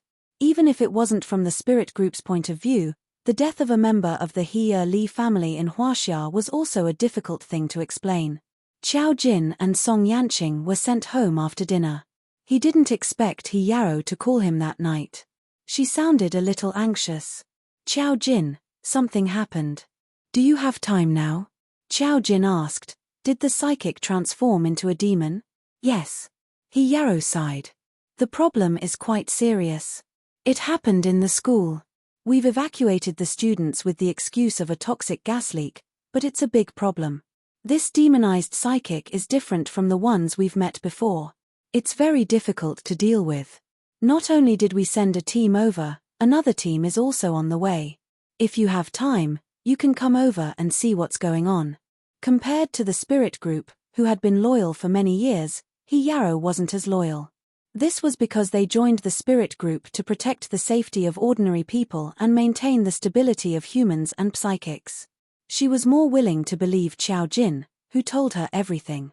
At least if Qiao Jin wanted to deal with them, it wouldn't be so troublesome. Qiao Jin, I'll go over now. What's the situation over there? The demonized psychic she was talking about was Shang Yishan, who they met at the cinema. She had already stopped it once, but she didn't expect that she couldn't stop it a second time. Of course, if a person could demonize, stopping it once wouldn't be enough. Qiao Jin set off immediately. Tonight, they were all busy and not at home, so no one stopped Qiao Jin from going out. Naturally, he didn't need to find an excuse to go dancing. On the way, Yarrow briefly reported Shang Yishan's situation to her. Tonight, Shang Yishan's university called the police. Their school was only a vocational college, and the students who studied here were all mixed up. Tonight, a terrible thing suddenly happened. Several students said that there was a ghost, and one of them was forced to jump off the building. The teacher who made the call also saw it with his own eyes. They realized that this was definitely not a simple scare. Before they arrived at the scene, they had already evacuated the students in a well-trained manner to avoid causing more panic. Through the school's surveillance, they finally concluded that the problem was Shang Yishan. Everyone in Shang Yishan's building had run away. She was the only one who didn't move. There was no trace of the ghost in the surveillance video, but the human eye could see it clearly. The teacher who called the police almost fainted from fright. Her shrill screams could be heard over the phone. When Yarrow and the others took action, they also quickly sent a copy of Shang Yishan's information to Qiao Jin, so that Qiao Jin could have a more comprehensive understanding of the situation. Earlier at the cinema, she had already attracted the attention of the spirit group. They had already investigated Shang Yishan, so it wasn't that they didn't know anything about her. They just didn't expect this to happen so suddenly. From the information, Shang Yishan didn't have any demonization points. Therefore, her demonization made Yarrow and the others a little confused. Moreover, her ability was so strong that even Yarrow and the others felt that it was troublesome.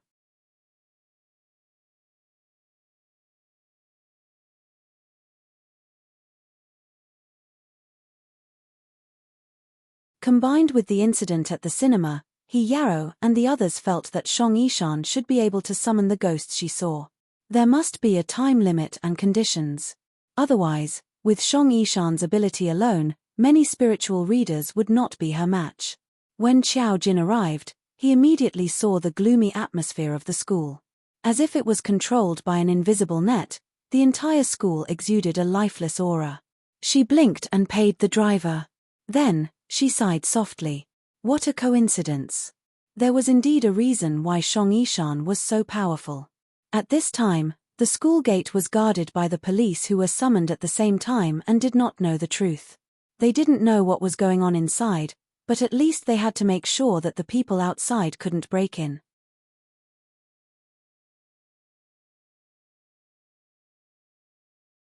Chapter 436. Qiao Jin didn't force her way in. Something had just happened in the school, so the control wasn't that comprehensive. She used her sensing ability to find a small door and went in. When she went in, she considerately closed the door to prevent others from sneaking in. The lights in the whole school hadn't been turned off yet. It looked bright, but in fact, it was as quiet as a dead school. Many students who didn't know the situation were now gathered in another dormitory, falling into endless panic. The reason for the leakage of poisonous gas was still very scary, but they didn't know why they weren't allowed to leave. In fact, it was too late for them to leave now. Shang Yishan's ability covered the whole school. If she wanted, the ghost could appear anywhere. However, she hadn't fully grasped it yet. If she fully grasped the ability, It wouldn't be just the people in the school who would die. When Xiao Jin found He Yarrow, she was holding Lan Xiaoni's hand and guarding under a dormitory building. There was no one around, and their clothes fluttered slightly in the wind. When He Yarrow turned around and saw Xiao Jin, her face was a little pale. "You're here." She saw Shang Yishan move just now. In order to prevent her from coming out, she used her ability to stop Shang Yishan, but she couldn't get close to Shang Yishan's ghost. She could only do it from a distance, which consumed a lot of energy. Lan Xiaoni couldn't hold on much longer either. Shang Yishan's ability was even more terrifying than He Yarrow had imagined. Xiao Jin sighed. It's quite rare to meet such a person. It's simply the right time for her. He Yarrow was a little confused. What do you mean? Xiao Jin was wearing a beige one-piece casual outfit this time, but she looked like an immortal. Especially in the dark night, she looked like she was going to become an immortal at any time. The tranquil moonlight shone on her face. She looked around and muttered to herself, "This school used to be a mass grave. I've told you about array masters before. Array masters need array points to set up arrays. Some array points are innate. This school was a natural death aura array point. If someone demonizes here, and it's a corresponding ability related to death, it will be multiplied. Such a person, once awakened or demonized, will become a high-level existence. Of course, you can't deal with it. Her ability can still grow. If she is given enough time to master her power, she will be able to walk out of here and slaughter anyone she wants in less than a day." Nowadays, many schools were built on top of mass graves. The reason was that the students' young qi could suppress it. These statements made some sense, but it was also a double-edged sword. Shang Yishan's existence actually made such a place more convenient. He Yarrow was shocked. "So we can't deal with her now?" Xiao Jin shook his head. "You definitely won't be able to deal with it. No matter how many of you come, you'll all die. You can't deal with just the ghost's ability alone. In the future, when her ability grows, more ghosts will appear." He Yarrow, she was flabbergasted. In Shang Yishan's information, where on earth did she demonize? I don't think her hatred is that strong. If she hates Ning Jiaojiao and the others, she should be more suitable to awaken as a spiritual psychic. Xiao Jin looked quietly at the small window in the dormitory. At this time, Shang Yishan was poking her head out and looking at her silently. Xiao Jin said, "Born evil."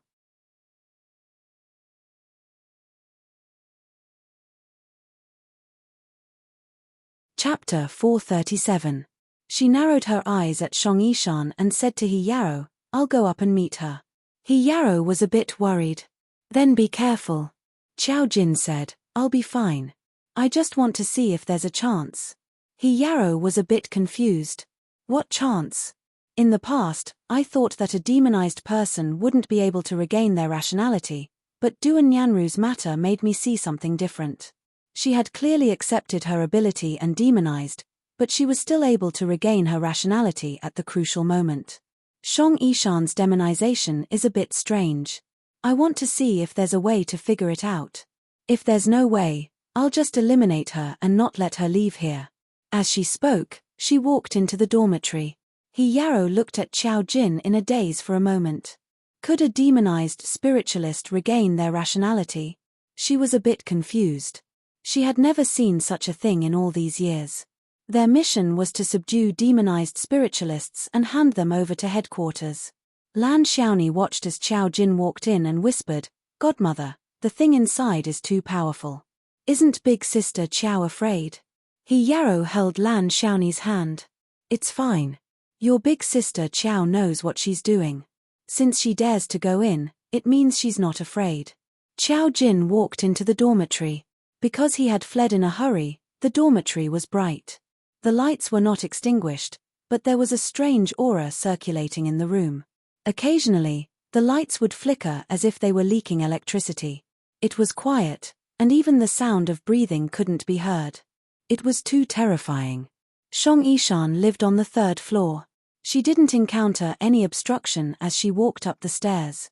Shang Yishan hadn't lost her rationality, so she knew that she couldn't deal with Xiao Jin. Perhaps she was just curious. When Xiao Jin reached the third floor, he saw a scene that would make an ordinary person's soul scatter. A pale female ghost in red clothes revealed only her ankles. Her black hair reached her waist, and she stood at the end of the corridor on the third floor. Originally, her back was facing him, but when Xiao Jin came up, she turned around, revealing a face with greenish-gray eyes. It wasn't necessarily terrifying, but knowing that she was a ghost made her even more terrifying. It looked at Xiao Jin quietly and did not move. Xiao Jin didn't care about it. He walked straight to a room in the middle of the corridor on the right side of the stairs. It was room 306, Shang Yishan's room. Shang Yishan was sitting on the balcony of the dormitory. She was wearing a nice satin cartoon bear cotton pajamas and was combing her long hair with a red comb in her hand. In fact, they were not much different from the ghosts outside. However, from the way she dressed, she looked like a girl who had been raised in a greenhouse. She didn't have much of a sad aura. The fact that she could demonize was something that no one could understand. When Xiao Jin stood at the door, Shang Yishan turned her face and looked at Xiao Jin. She whispered, "You're so beautiful." Xiao Jin smiled. "Thank you." She walked into the dormitory and looked around. She sensed some trivial things about Shang Yishan and her roommates from the living atmosphere. Xiao Jin said, "Ning Jiaojiao usually just likes to take advantage of you. It's understandable that you're resentful. I'm curious about your usual thoughts if you have the intention to kill her because of this." Shang Yishan stopped combing her hair. Just take advantage of her? Why would someone who likes to take advantage of others live in this world? Xiao Jin said, "There are many people in this world, and they live in this world for a reason."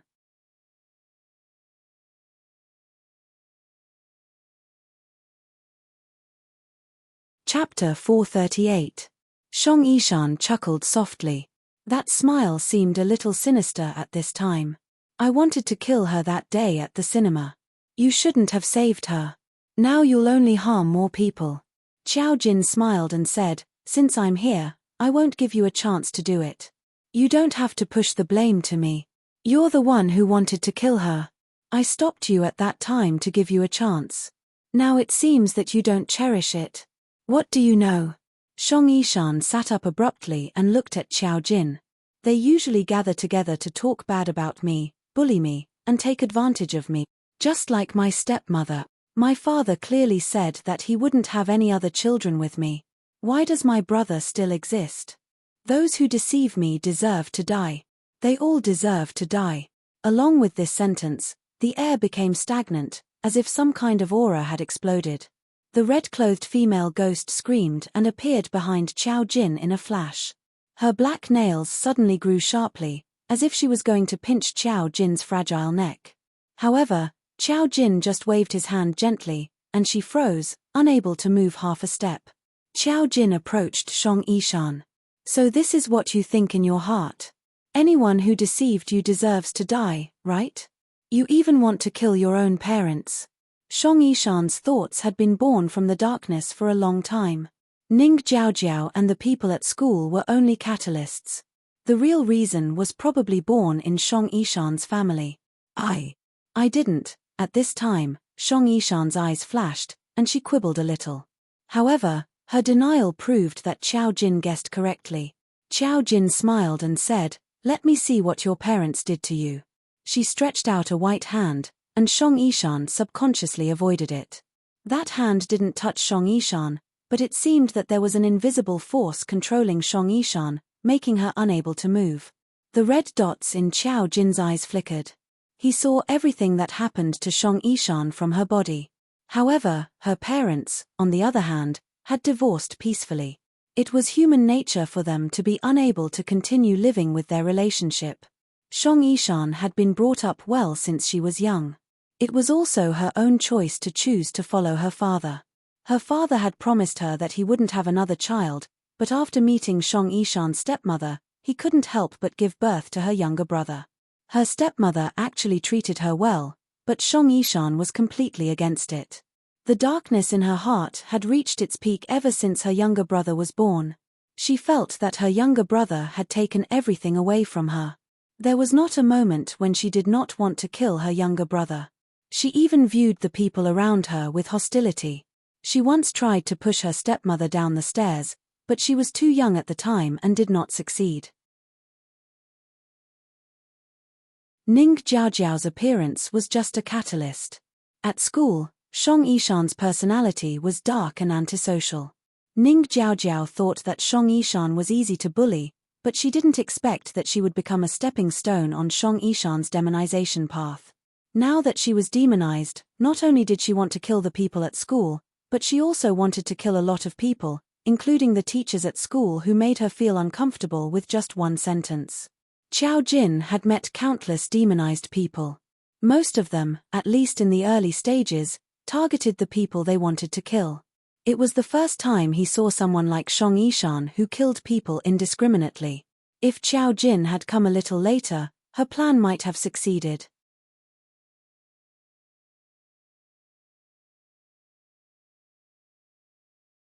Chapter 439. Qiao Jin retracted his hand and looked at her. You're already hopeless.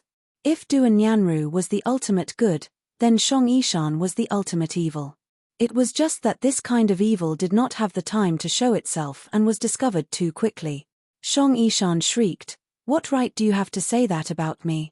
What do you want to do?" Her ability did not work on Qiao Jin, so she could not attack Qiao Jin.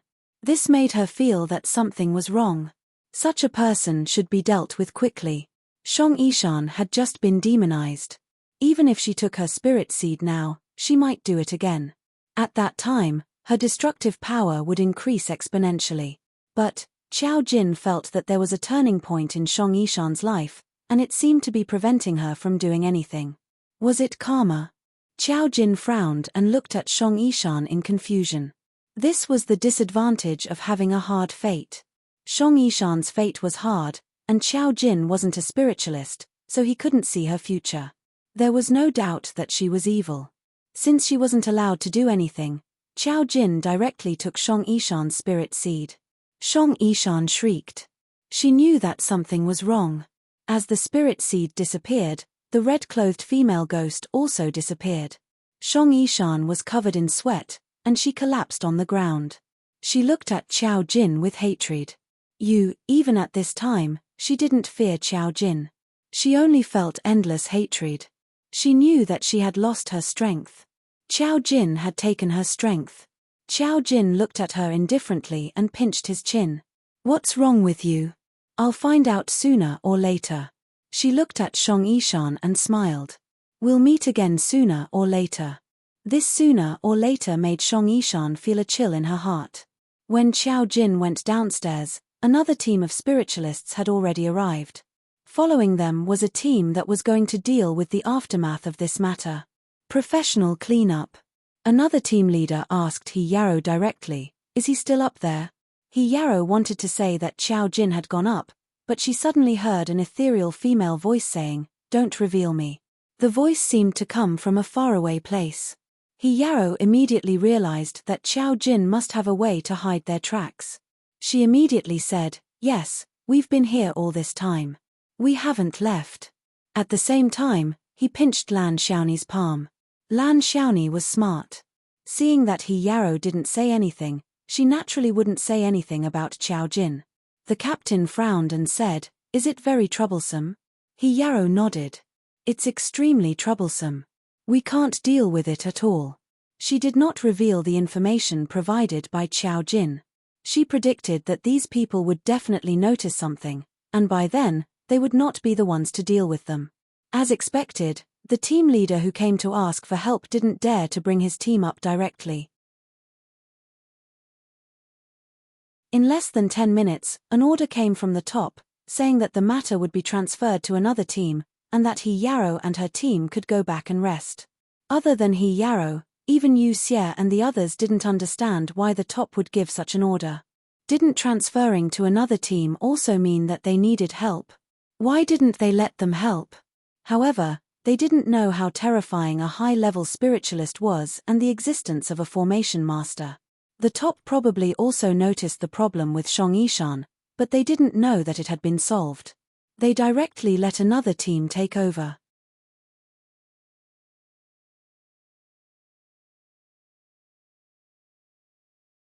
Chapter 440. By the time Xiao Jin returned home, it was already late at night. This time, she bumped into her big brother, Mu Chiji, who had just returned from abroad.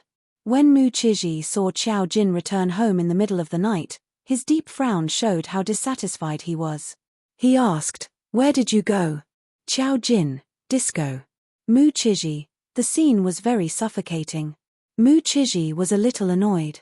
"Girls, don't go out so late at night. I don't mind if you want to play, but you can't do this too often." "Xiao Jin, I know, Chiji. You're right. I'm a little sleepy now. Can I go up and sleep?" Seeing the girl's calm expression, Mu Chiji didn't know what to say. He could only sigh deeply. "Go to sleep." Xiao Jin nodded and went upstairs. Mu Chiji, who knew that Mu Chiji was coming back, came downstairs on time. When Mu Chiji saw him, he asked, "Xiao Jin often doesn't come home at night. Don't you care?" Mu Zhenming was stunned for a moment. "Not often. She goes out occasionally. She's already an adult. Do I have to control her? She's more reassuring than Qi Lian." Mu Chiji shook his head. "I don't think so. Girls are more likely to get into trouble than boys." Mu Zhenming, don't curse her. Mu Chiji. The next day, He Yarrow told Xiao Jin about the follow-up on WeChat. Shang Yishan was probably taken away by the higher-ups of the spirit group. She didn't know what happened next, so she couldn't provide more information. Xiao Jin only replied to He Yarrow with one sentence. "Jin Jinyo, I've already taken her spirit seed, but I have a feeling that she will bring a lot of trouble to the spirit group in the future." He Yarrow, what kind of trouble? Jin Jinyo, it's just a feeling. He Yarrow. This sentence was like a flag that was planted in He Yarrow's heart. She was afraid that something would really happen. However, it seemed like Xiao Jin didn't know either, and He Yarrow was at her wit's end. Shang Yishan's matter had come to an end, but it didn't mean that other things had stopped. The next day, when Xiao Jin came back because of Mu Chiji, Xiao Jin heard an unexpected news at the dinner table. Mu Chiji was going on a blind date. The blind date was not an accident. Mu Chiji had not had a girlfriend for so long, so it was natural for his family to be anxious. They just wanted him to go on a blind date. Mu Chiji did not refuse. The other party was also a rich young lady who had just returned from studying abroad. She was very compatible with Mu Chiji in all aspects. It was someone who had found Mu Xiangshan and mentioned it to him. Mu Xiangshan didn't insist on anything else, so Mu Chiji didn't refuse. The mention of a blind date opened up a topic at the dinner table. Big brother is going on blind dates. I don't think he needs to go on blind dates at all. Musilian clicked his tongue and expressed his opinion. Blind dates, I really can't imagine it. Xiao Fei expected better from him. Do you think everyone is like you? He couldn't do anything, was the #1 disco dancer, and had never stopped having girlfriends. In this family, there was no need to worry about anyone except Musilian not being able to find a wife in the future. Musilian felt particularly innocent. I'm just following the trend of feelings. What's wrong with being like me? Isn't it good to bravely pursue love like me? Xiao Fei, scumbag. Musilian. You've been watching too many dramas. How am I a scumbag?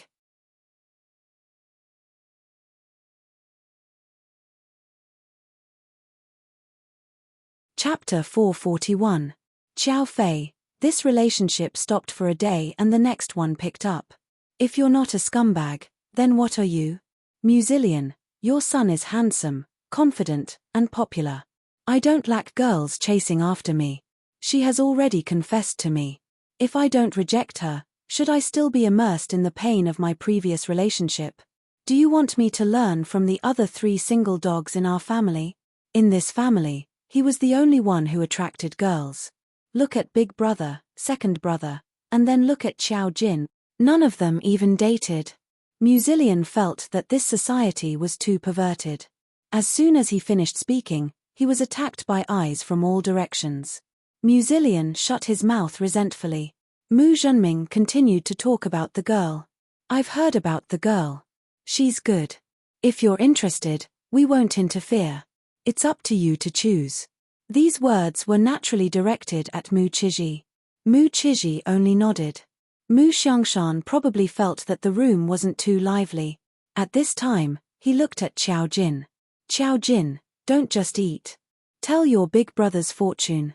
How's this relationship? Everyone, Grandpa, are you crazy? However, Qiao Jin wiped his mouth and said seriously, Qiji's marriage isn't urgent. It will appear later.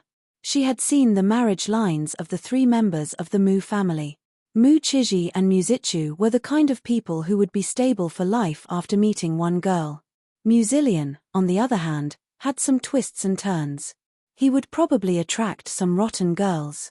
He might even suffer some retribution later. His marriage line would be stable later. Is this the only one that won't work? Mu Xiangshan raised his eyebrows and sighed. Then it seems that there's no hope. Everyone else, it was one thing for Qiao Jin to be out of tune, but why was Grandpa starting to be out of tune too? At this time, Mu Chiji was still acting like an elder brother. Because he was not at home often, he could not integrate into the current environment of the Mu family. At this time, he expressed his opinion, Grandpa, don't be superstitious. You can't believe everything that Jin learned from the internet. The information on the internet is very heterogeneous. It's not good to receive wrong information. Mu Xiangshan laughed heartily. Qiao Jin, you only showed it to others. Why didn't you look at your own marriage line? Besides, you're already 20 years old. Do you have anyone you like? Qiao Fei was a little embarrassed. Dad, why are you bringing this up? Jin is still young. Mu Xiangshan, almost 20. When I was 20, Zhenming was already born. Mu Zhenming coughed dryly. Dad, what era was that? Can we compare with you in the past? Mu Zillion was a little suspicious. Would Qiao Jin like someone? Isn't she close to brother Yanqing now? Mu Zichu and Mu Chiji immediately raised their heads. The whole family looked at Qiao Jin. Qiao Jin said seriously, Song Yanqing and I are friends. Dating is too redundant for me. I don't want to. If it's possible, I probably won't get married for the rest of my life. This sentence was like a clap of thunder, causing a huge commotion in the Mu family. Even Mu Chiji and Mu Zichu looked at Qiao Jin in disbelief. Qiao Fei was even more flabbergasted. He was so anxious that he was about to cry. Why don't you want to get married? What happened to you? It was understandable if he didn't want to date now. But he didn't want to get married. What happened to him? Mu Zillion was also very shocked. After hanging out with brother Yanqing every day, he still didn't want to get married. Was brother Yanqing not human, or was Qiao Jin not human? I beg for a monthly vote.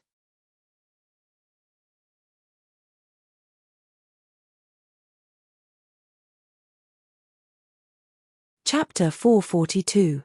This was a question that Mu Zillion could never figure out. Qiao Jin's idea of not wanting to get married was quite frightening. After all, for a normal person to not want to get married at the age of 20, how much of a shock must she have been through? Mu Xiangshan was a little shocked. You really don't want to get married? Could it be that Lord Song rejected you? Everyone's imaginations were off the charts. Qiao Jin sighed softly. Amidst everyone's shock, Mu Chiji slowly said, It's fine if you don't want to get married. In this day and age, a girl can also live well on her own. Qiao Fei immediately retorted, How can that be? I don't care if you get married late or have a child late, but how can a person not get married? Think about it, when you're old, there won't be anyone by your bedside. How miserable would that be? Mu Zillion suddenly said, If you're rich, you'll have a nanny. Qiao Fei was speechless. She suddenly wanted to beat this troublesome son of hers out with a broom. Mu Zhenming had no choice but to persuade Qiao Fei. You're thinking too much. Children these days have different ideas. It's just that the right person hasn't appeared yet. When the person she likes appears, she'll naturally get married. You don't have to be so anxious. She's only 20 years old. It's not like she can't afford to wait another 10 years. Qiao Jin felt that he seemed to have said something inappropriate. He pondered for a moment and nodded in agreement. Zhenming is right. Mu Zhenming was speechless. Qiao Fei opened his mouth and seemed to want to say something, but Mu Xiangshan suddenly stood up. What day and age are we living in? Why are you still so old-fashioned? If she doesn't want to get married, then don't get married. Can't you afford to raise her? Qiao Fei was speechless. After being lectured by his family, Qiao Fei finally gave up on the idea of educating Qiao Jin. Mu Zichu was the only one who did not express his opinion throughout the entire process. Perhaps to him, this matter had nothing to do with him. When Qiao Fei and Mu Zhenming returned to the room, Qiao Fei was still worried. Why doesn't this child want to get married? Did something happen that we don't know about? The drug incident could only be said to be an accident. At that time, it did not involve any emotional factors. Why don't you even want to get married? Mu Zhenming touched her shoulder and said helplessly, I think you're worrying too much. I think she has her own ideas. Maybe she just doesn't want to get married. It's not strange to have such thoughts in this era. We can't control the children's affairs. How can that be? Qiao Fei looked worried. It's bad enough that the child has a mother. If we don't get married, I'll die before her. Won't she be alone in the world? She thought about it for a long time, but Mu Zhenming sighed. I understand what you're thinking, but that's her way of thinking. It's useless for you to worry now. Besides, life is long. She just said that she doesn't want to get married now, but it doesn't mean that she'll think the same in the future. There are many variables. Qiao Fei thought so too and couldn't help but worry. Actually, I'd rather that Jin and Lord Song have something. But they're just friends. She doesn't even like Lord Song. This is too scary. Mu Zhenming said. It's not that she doesn't like him. It's just that they don't have that kind of thought in their hearts, right? Qiao Fei said, she doesn't even like Lord Song. I think she really wants to be alone for the rest of her life. Mu Zhenming was speechless. Mu Zhenming didn't know how to react to his wife's superstition about Song Yanqing's looks.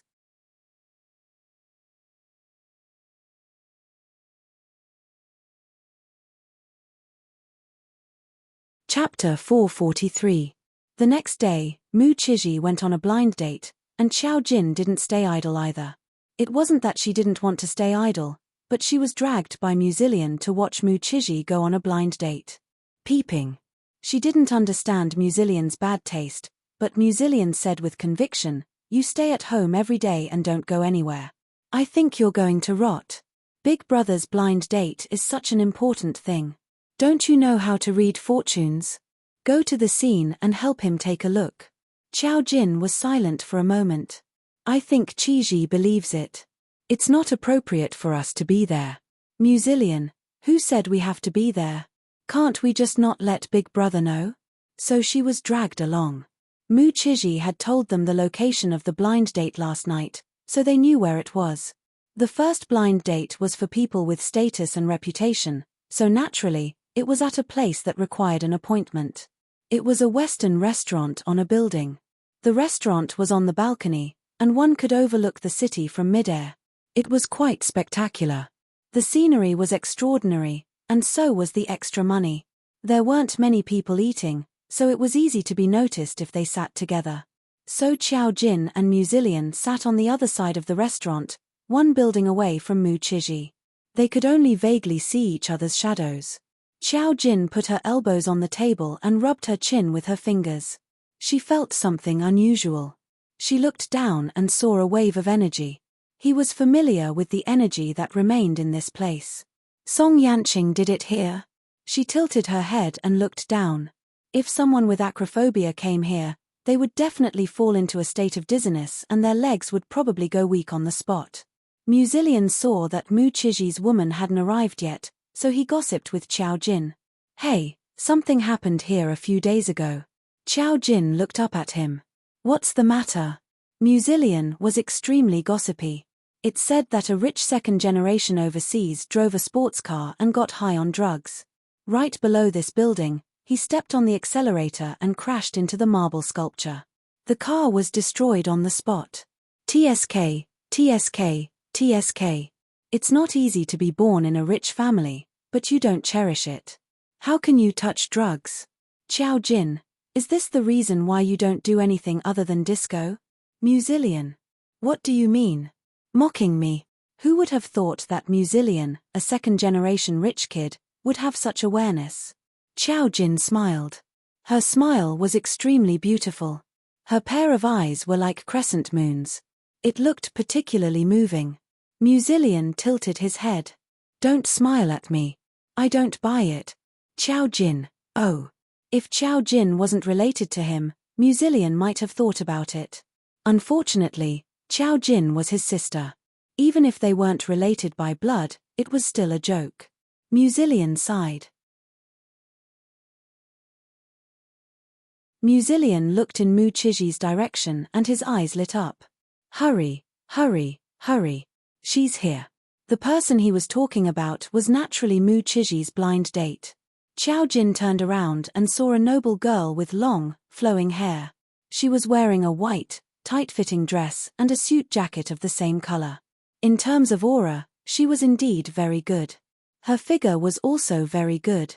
Musilian couldn't see clearly from afar. He could only vaguely see that it was a woman with long hair.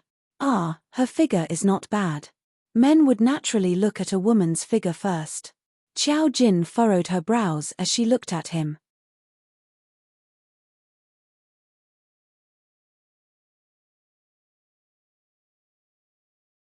Chapter 444. She asked Musilian, which family is this girl from? Mu Xiangshan had told her about his blind date in private and had never mentioned it at the dinner table. Musilian thought for a moment. I think her surname is Hu, but I can't remember her name. I've never heard of it before. It said that it was an old friend of Grandpa's. Mu Xiangshan's friend had met her before, but that didn't mean that he had met every member of the Mu family. What's wrong? Musilian felt that Qiao Jin's expression was somewhat thought-provoking. Do you think her appearance isn't good enough? Of course not. Qiao Jin shook her head. She's too far away. I can't see her clearly. She's a good person. She was just saying it casually. In fact, she had already seen that the girl was extraordinary. She was a spiritual psychic. According to the marriage fate she had calculated, Mu Qiji and this relationship shouldn't end well. However, she wasn't very clear about the process. Now, it was another spiritual psychic. Qiao Jin could eavesdrop on their conversation if she wanted to, but she wasn't interested. It was Mu Qiji's blind date, not her. It was boring enough being dragged along by Musilian. Musilian could only see that Mu Qiji seemed to be chatting well with the girl. Judging from their interaction, he didn't know what they were talking about. He seemed a little anxious. It would be great if I could hear what they were talking about. Qiao Jin, why are you so concerned about Qiji's blind date? Musilian, what do you know? It's Big Brother's first blind date. Shouldn't I check for him? Qiao Jin, check with your eyes. Musilian straightened up and looked at Qiao Jin with a serious expression. What do you mean? Once again, he detected a hint of mockery in her words. Qiao Jin, it's superficial. Musilian, Mu Qiji and his blind date chatted for an hour. Anyone could tell that they had a good chat. Qiao Jin and Musilian didn't just wait. The two of them ate some food before they saw Mu Qiji and his blind date leaving together. Qiao Jin was still cutting the steak in front of her when Musilian reached out and pulled her aside. Go, go, go, change positions. Qiao Jin stared at the steak he hadn't eaten yet. I don't want to go. Musilian, no, we agreed to come out together. How can you run away? Qiao Jin, you don't know where they're going next. Musilian, with my brother's style, how can he think of anything romantic? If he's not going to a cafe to continue drinking tea and chatting, then he's going to play golf and ride horses. I'll ask him in the family chat later. Qiao Jin was about to say something about the family chat when he heard a strange female voice. Qilian. Qiao Jin and Musilian turned their heads at the same time and saw a girl in a tight lemon-colored dress looking at them. Musilian's expression changed. He was in disbelief and indescribable awkwardness. You're back from abroad? Qiao Jin immediately looked at Musilian. At that moment, Mu Qilian saw curiosity in the eyes of this cheap little sister of hers, who had always been indifferent. The girl's long hair was very similar to Qiao Jin's. They were both slightly curly seaweed, but it wasn't as long and soft as Qiao Jin's. Moreover, it was permed into a more obvious light gold color. She looked fashionable and stylish, but when she looked at Qiao Jin, there was a hint of sadness in her eyes. "Your new girlfriend? She's pretty."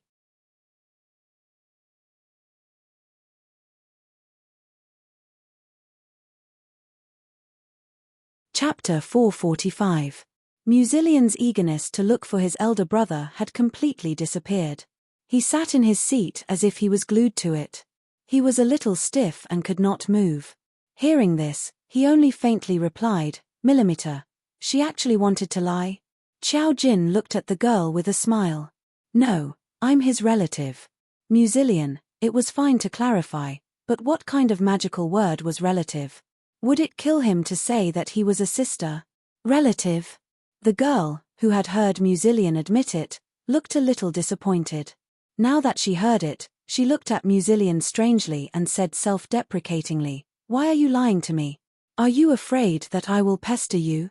"Don't worry, I won't." Most men had a melodramatic past.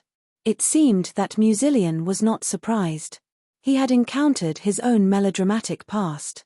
Musilian was even more embarrassed when he heard this. In the past, he had always been angry. Now, he wanted to pretend that no one had seen him. Hearing the girl's words, he could only smile awkwardly. He did not know what to say. The girl blinked and stared at Musilian. "I just came back. I didn't expect to see you. It's quite a coincidence. You don't have to be like this. I just wanted to say hello. It seems that you still don't want to talk to me. I won't bother you. Eat your meal." After saying this, she picked up her bag and turned to leave. Qiao Jin immediately leaned over to Musilian and said indifferently, "Qi Lian, who is she?"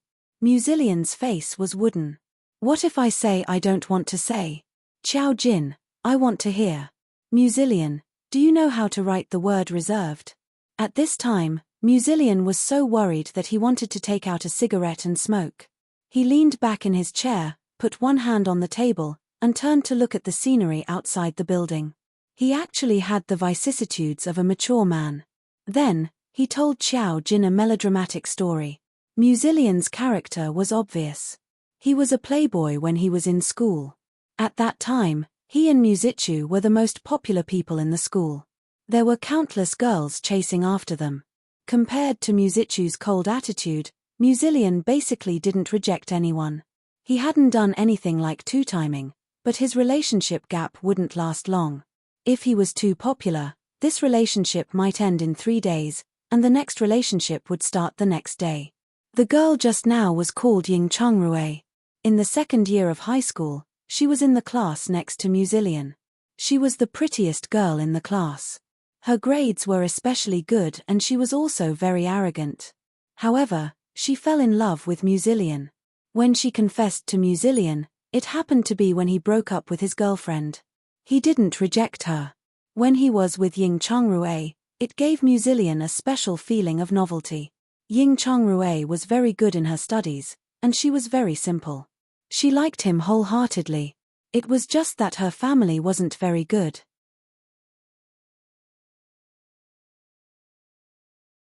Musilian didn't care about this. He was quite good to Ying Chongrue. However, how could a person like him accept her? In just a month, it slowly faded. This was already a record. When he asked Ying Chongrue to break up, Ying Chongrue naturally didn't agree. Because Musilian was his first love, he was very straightforward when he asked to break up. Ying Chongrue's unwillingness and pestering made him annoyed.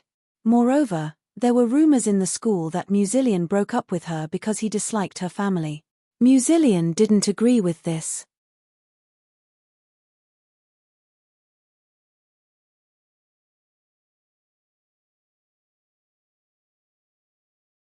Chapter 446.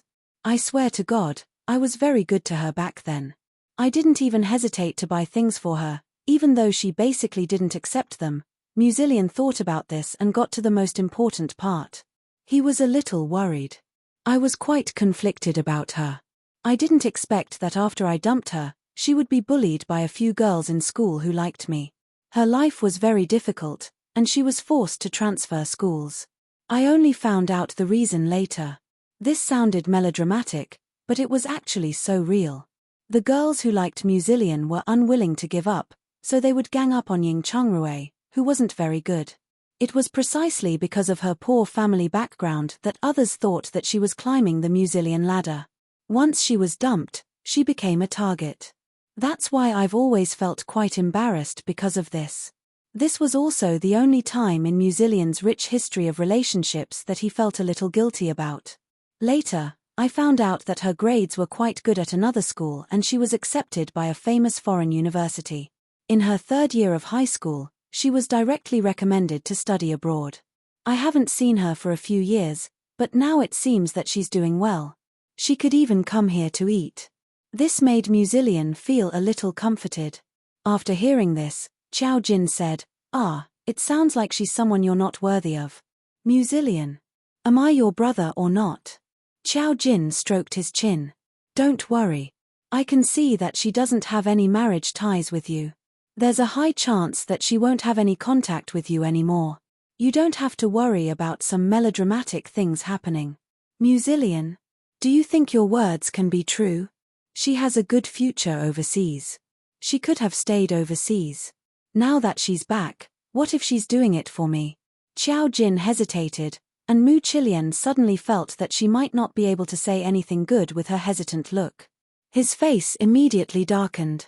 What else do you want to say? Qiao Jin thought for a moment. I think what Feifei usually says about you makes sense. Musilian. What did Mom say about me? Qiao Jin, you're quite shameless. Musilian, the sibling relationship between Musilian and Qiao Jin was officially broken.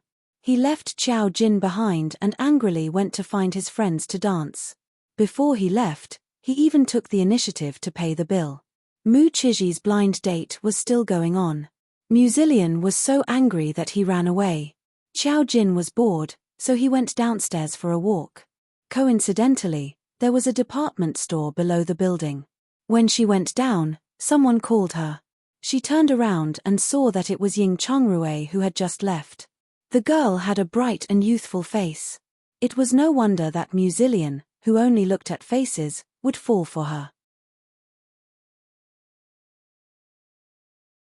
Probably because she was a little embarrassed to stop Qiao Jin, she came over hesitantly with a friendly smile on her lips. He didn't leave with you? Qiao Jin smiled faintly. He had something to do and left first. I'm here for a walk. Do you have anything to ask me? Ying Chongrui was a little embarrassed when her thoughts were exposed. Her eyes flashed. Your relatives, right? Did he tell you who I am? Qiao Jin said directly, he did. I know that you're his ex-girlfriend. Ying Chongrui's eyes actually showed some comfort. Well, I'm still his ex-girlfriend. She was not an insignificant passerby. She was really afraid that Musilian would directly deny her existence. It was not like he could not do such a thing. He had so many girlfriends. Perhaps he had already forgotten her.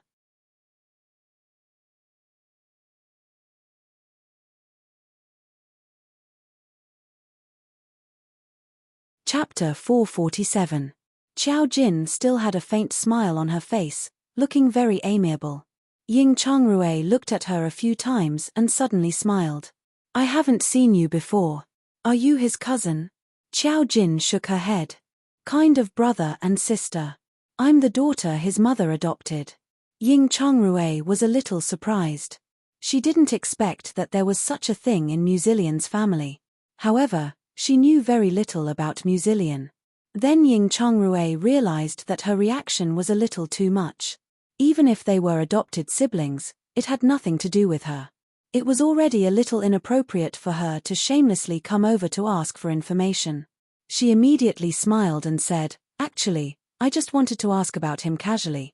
Now that I know, if you feel that it's abrupt, don't take it to heart. Take your time shopping. I'll leave first. Qiao Jin nodded. Ying Chongrui said goodbye to her and left with a smile. She didn't ask for any contact information because there was no reason. Xiao Jin shrugged and casually strolled around in the mall. Along the way, she met several handsome boys who directly came up to her and asked for her phone number. Of course, she rejected them one by one. Her temperament was cold and unapproachable. As long as she shook her head slightly, those boys would retreat. Now people were still in the mall, so they weren't so thick-skinned. However, Xiao Jin's rejection seemed regretful. He could only watch her slowly leave. Not long after she walked out of the mall, she had an inexplicable feeling in her heart. It was an indescribable feeling, but it disappeared in a flash. She frowned slightly, feeling that something had happened. It didn't seem to be a very urgent matter. She shook her head and only took a taxi home. Mu Chiji and his blind date hadn't come back yet. Musilian didn't come back either. However, Musichu saw Xiao Jin when he went downstairs. He took the initiative to ask, "Did you see Big Brother's blind date?" Musichu knew that she and Musilian went to join in the fun. Xiao Jin nodded. "I saw her. She's beautiful, has a good temperament, and a good figure." Musichu asked, "What about the rest?" Xiao Jin, "No." Musichu, after a while, Musichu actually revealed a rare smile, as if he found it funny. "Why do you look at him so much like Musilian?" They only looked at appearance. Xiao Jin was a little confused. "What else do I need to see? What kind of person this person is, the heart of unity will judge.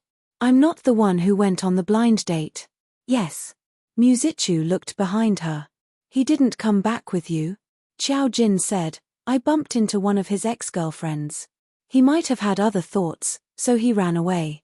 Musichu knew that Musilian's ex-girlfriends were everywhere. It wasn't strange that they bumped into each other, so he didn't ask what was going on. At night, Mu Chiji returned home. Xiao Fei, who was very concerned about her son's progress, jumped out immediately.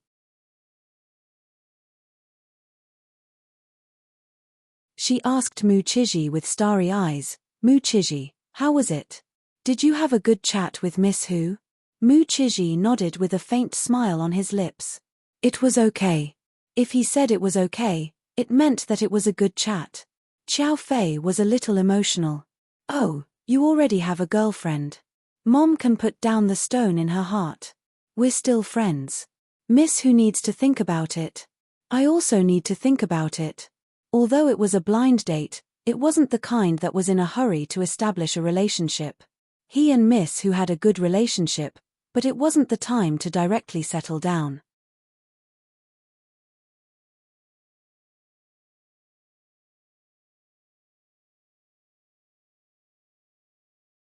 Chapter 448. Well, it's fine as long as you two have something going on. Xiao Fei thought that since they chatted well after the blind date, there was an 80% chance of success. "Why don't you find a suitable time to bring Miss Hu home for dinner?" Just as they were talking, Musilian came back. However, he walked aggressively and looked a little angry, as if someone had provoked him. Xiao Fei's attention was immediately diverted. "Qi Lian, what's with your expression?" Musilian waved his hand and was rather annoyed. "Don't mention it. I met a lunatic on my way back. He's not my car. He's from abroad. He's as arrogant as me. If it weren't for the traffic police, I would have plucked his blonde hair." "Not your car?" Xiao Fei was a little worried. "Are you okay?" Musilian shook his head. "Of course I'm fine. The traffic police were there. I argued with him and he said he didn't do it on purpose." "Fuck, I clearly saw that he did it on purpose. The traffic police saw that he was a foreigner and called it an accident. He only came back now. I'll see him again." Xiao Fei slapped the back of Musilian's head. "Do you think I don't know your character? You must have offended him." Musilian was speechless. He wasn't a lunatic. Why would he offend a foreign lunatic on the road? Mu Chiji also frowned. "Maybe it was an accident. It's over.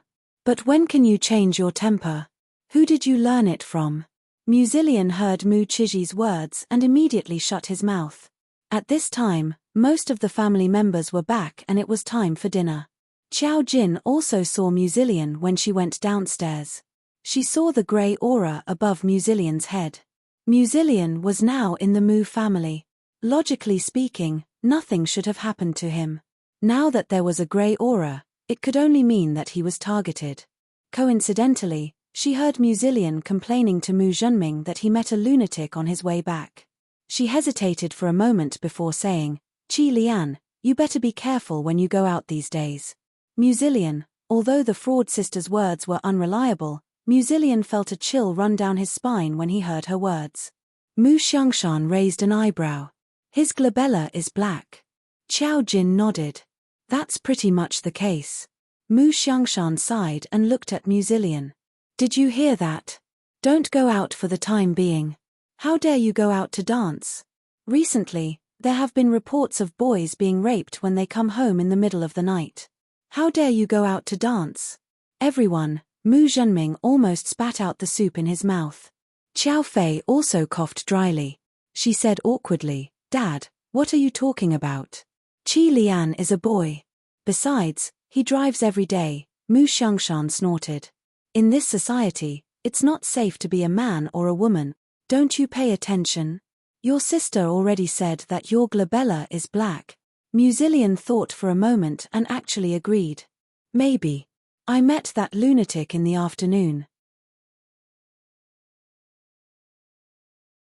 Mu Chiji, don't be superstitious. Because he hadn't been home for too long, he actually felt mentally and physically exhausted.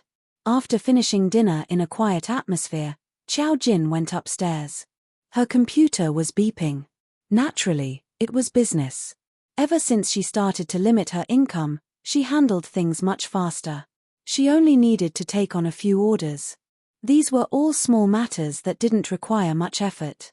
Today, someone got an order, but he didn't look for Qiao Jin. It was only until late at night that he sent a message to Qiao Jin.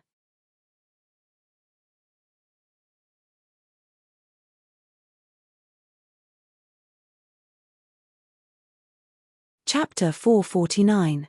Qiao Jin looked at the content of the message. Anonymous buyer XX. Master, do you calculate everything here? This person was probably an extravagant person, as he had placed a fate calamity of 5,999. Today, more or less. Kiss, what do you want to calculate? Anonymous buyer XX. Will the person I like me? Today, you should be calculating your marriage. Anonymous buyer XX. Haha, I don't think there's any difference. Qiao Jin paused for a moment and then continued typing. Today, name, birthday, give me. The other party sent these two messages. Qiao Jin used the array to deduce twice and then frowned. Today, your name and birthday? The other party sent another message. However, it was fake. Because these two pieces of information were from dead people. Qiao Jin didn't say it out loud. She felt that there was something wrong with this fortune teller. Today, kiss, don't joke around. Please give me real information. This is fake information. Anonymous buyer XX. This is real. How can it be fake information? Can you do it or not? Was it a lie? Qiao Jin's face darkened when she heard this. Through the computer, she found some information about the other party. Just like how she could instantly find out the information about the fortune teller, she soon knew that something was wrong. She took out her phone and pressed 110 with her fingertip. This was a murderer. The two messages she just sent were from people who were already dead. From the array, it seemed to be a young couple. However, the array could only give a rough rendering of the environment and couldn't tell the specific location. The reason why Qiao Jin wanted to call the police was because she sensed that the couple had a child. The couple had just died not long ago, even an hour ago. With a little speculation, she could deduce something bad. The child and the murderer were together. Today, I need your information. Anonymous buyer XX. Haha, it seems that you're quite accurate. This time, the other party finally sent her his real name. Qiao Jin was silent for a minute. Then, she set up an array and instantly teleported to the place where this person was located. This was a brand new house.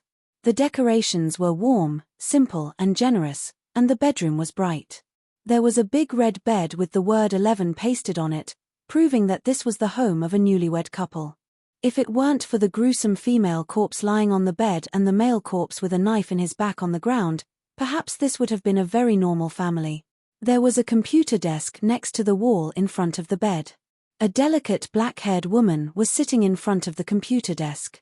She was holding a child in her arms as she stared at the computer screen. On the screen was the chat history with Qiao Jin.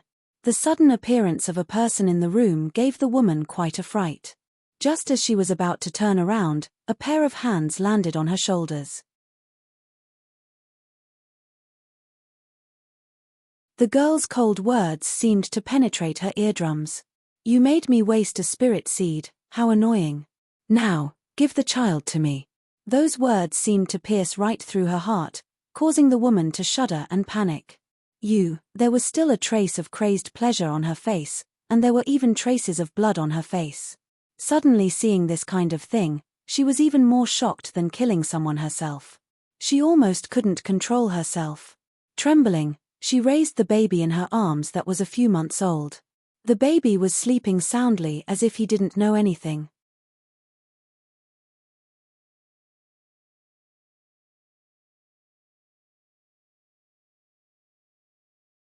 Chapter 450. Qiao Jin reached out to take the baby and looked coldly at the woman. "You killed 2 people for your own selfish desires. Are you worthy of being called a human?" The woman's body was cold, but she couldn't move. She looked at Qiao Jin with fear and disbelief. "You are a spiritual reader." This sentence made Qiao Jin's gaze sink. He held the baby and looked at the woman. "You know about spiritual readers?" She was an ordinary person. How could she know about spiritual readers? According to Qiao Jin's thoughts, ordinary people didn't need to know about the existence of spiritual readers unless they were part of the group that controlled the political power. There was another possibility, and that was that this woman had a family member who was a spiritual reader. Sometimes, no matter how well it was hidden, there would be a time when it would be exposed. The woman's lips trembled. "You can't touch me. If you touch me, you'll be making an enemy of the Wanyan family." "Wanyan family?" Qiao Jin's face showed a hint of interest. Where did this family come from? It wasn't new for spiritual readers to have families. This Wanyan family, what was their relationship with the Zhongli family? "You don't know about the Wanyan family? You're clearly a spiritual reader." The woman stared at Qiao Jin. Although she was a little frightened at first, she slowly calmed down. The Wanyan family controls a part of the spirit group. "I'm a member of the Wanyan family. You can't touch me." When she said this, she was actually a little arrogant. It seemed that the Wanyan family gave her a lot of confidence. Although she wasn't a spiritual reader, she could threaten one. Qiao Jin smiled. "If I kill you now, who do you think will know that I killed you?" Her face suddenly stiffened. "My family has people who can track a spiritual reader like you. If you kill me, not only will you not be able to escape, your family won't be able to escape either." Qiao Jin blinked. "To be honest, I'm not afraid of threats. Your words made me laugh, so I don't plan to kill you. You can accept the trial of the law." Qiao Jin smiled and slowly placed the baby in the cradle. Then, she pushed the cradle out. Wanyan Wei wanted to move but discovered that she couldn't. Qiao Jin pushed the baby outside and didn't move. Wanyan Wei didn't know what she was doing, but after a while, she heard the sound of someone breaking in. "Don't move, officer." With a shout, Wanyan Wei's face paled a bit. However, in the face of such a scene, a strange smile appeared on her face. She actually handed herself over to the police.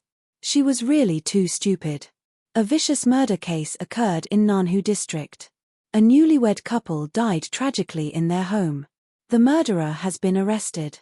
Early in the morning, Qiao Jin caught a glimpse of this report in the newspaper that Mu Xiangshan was reading.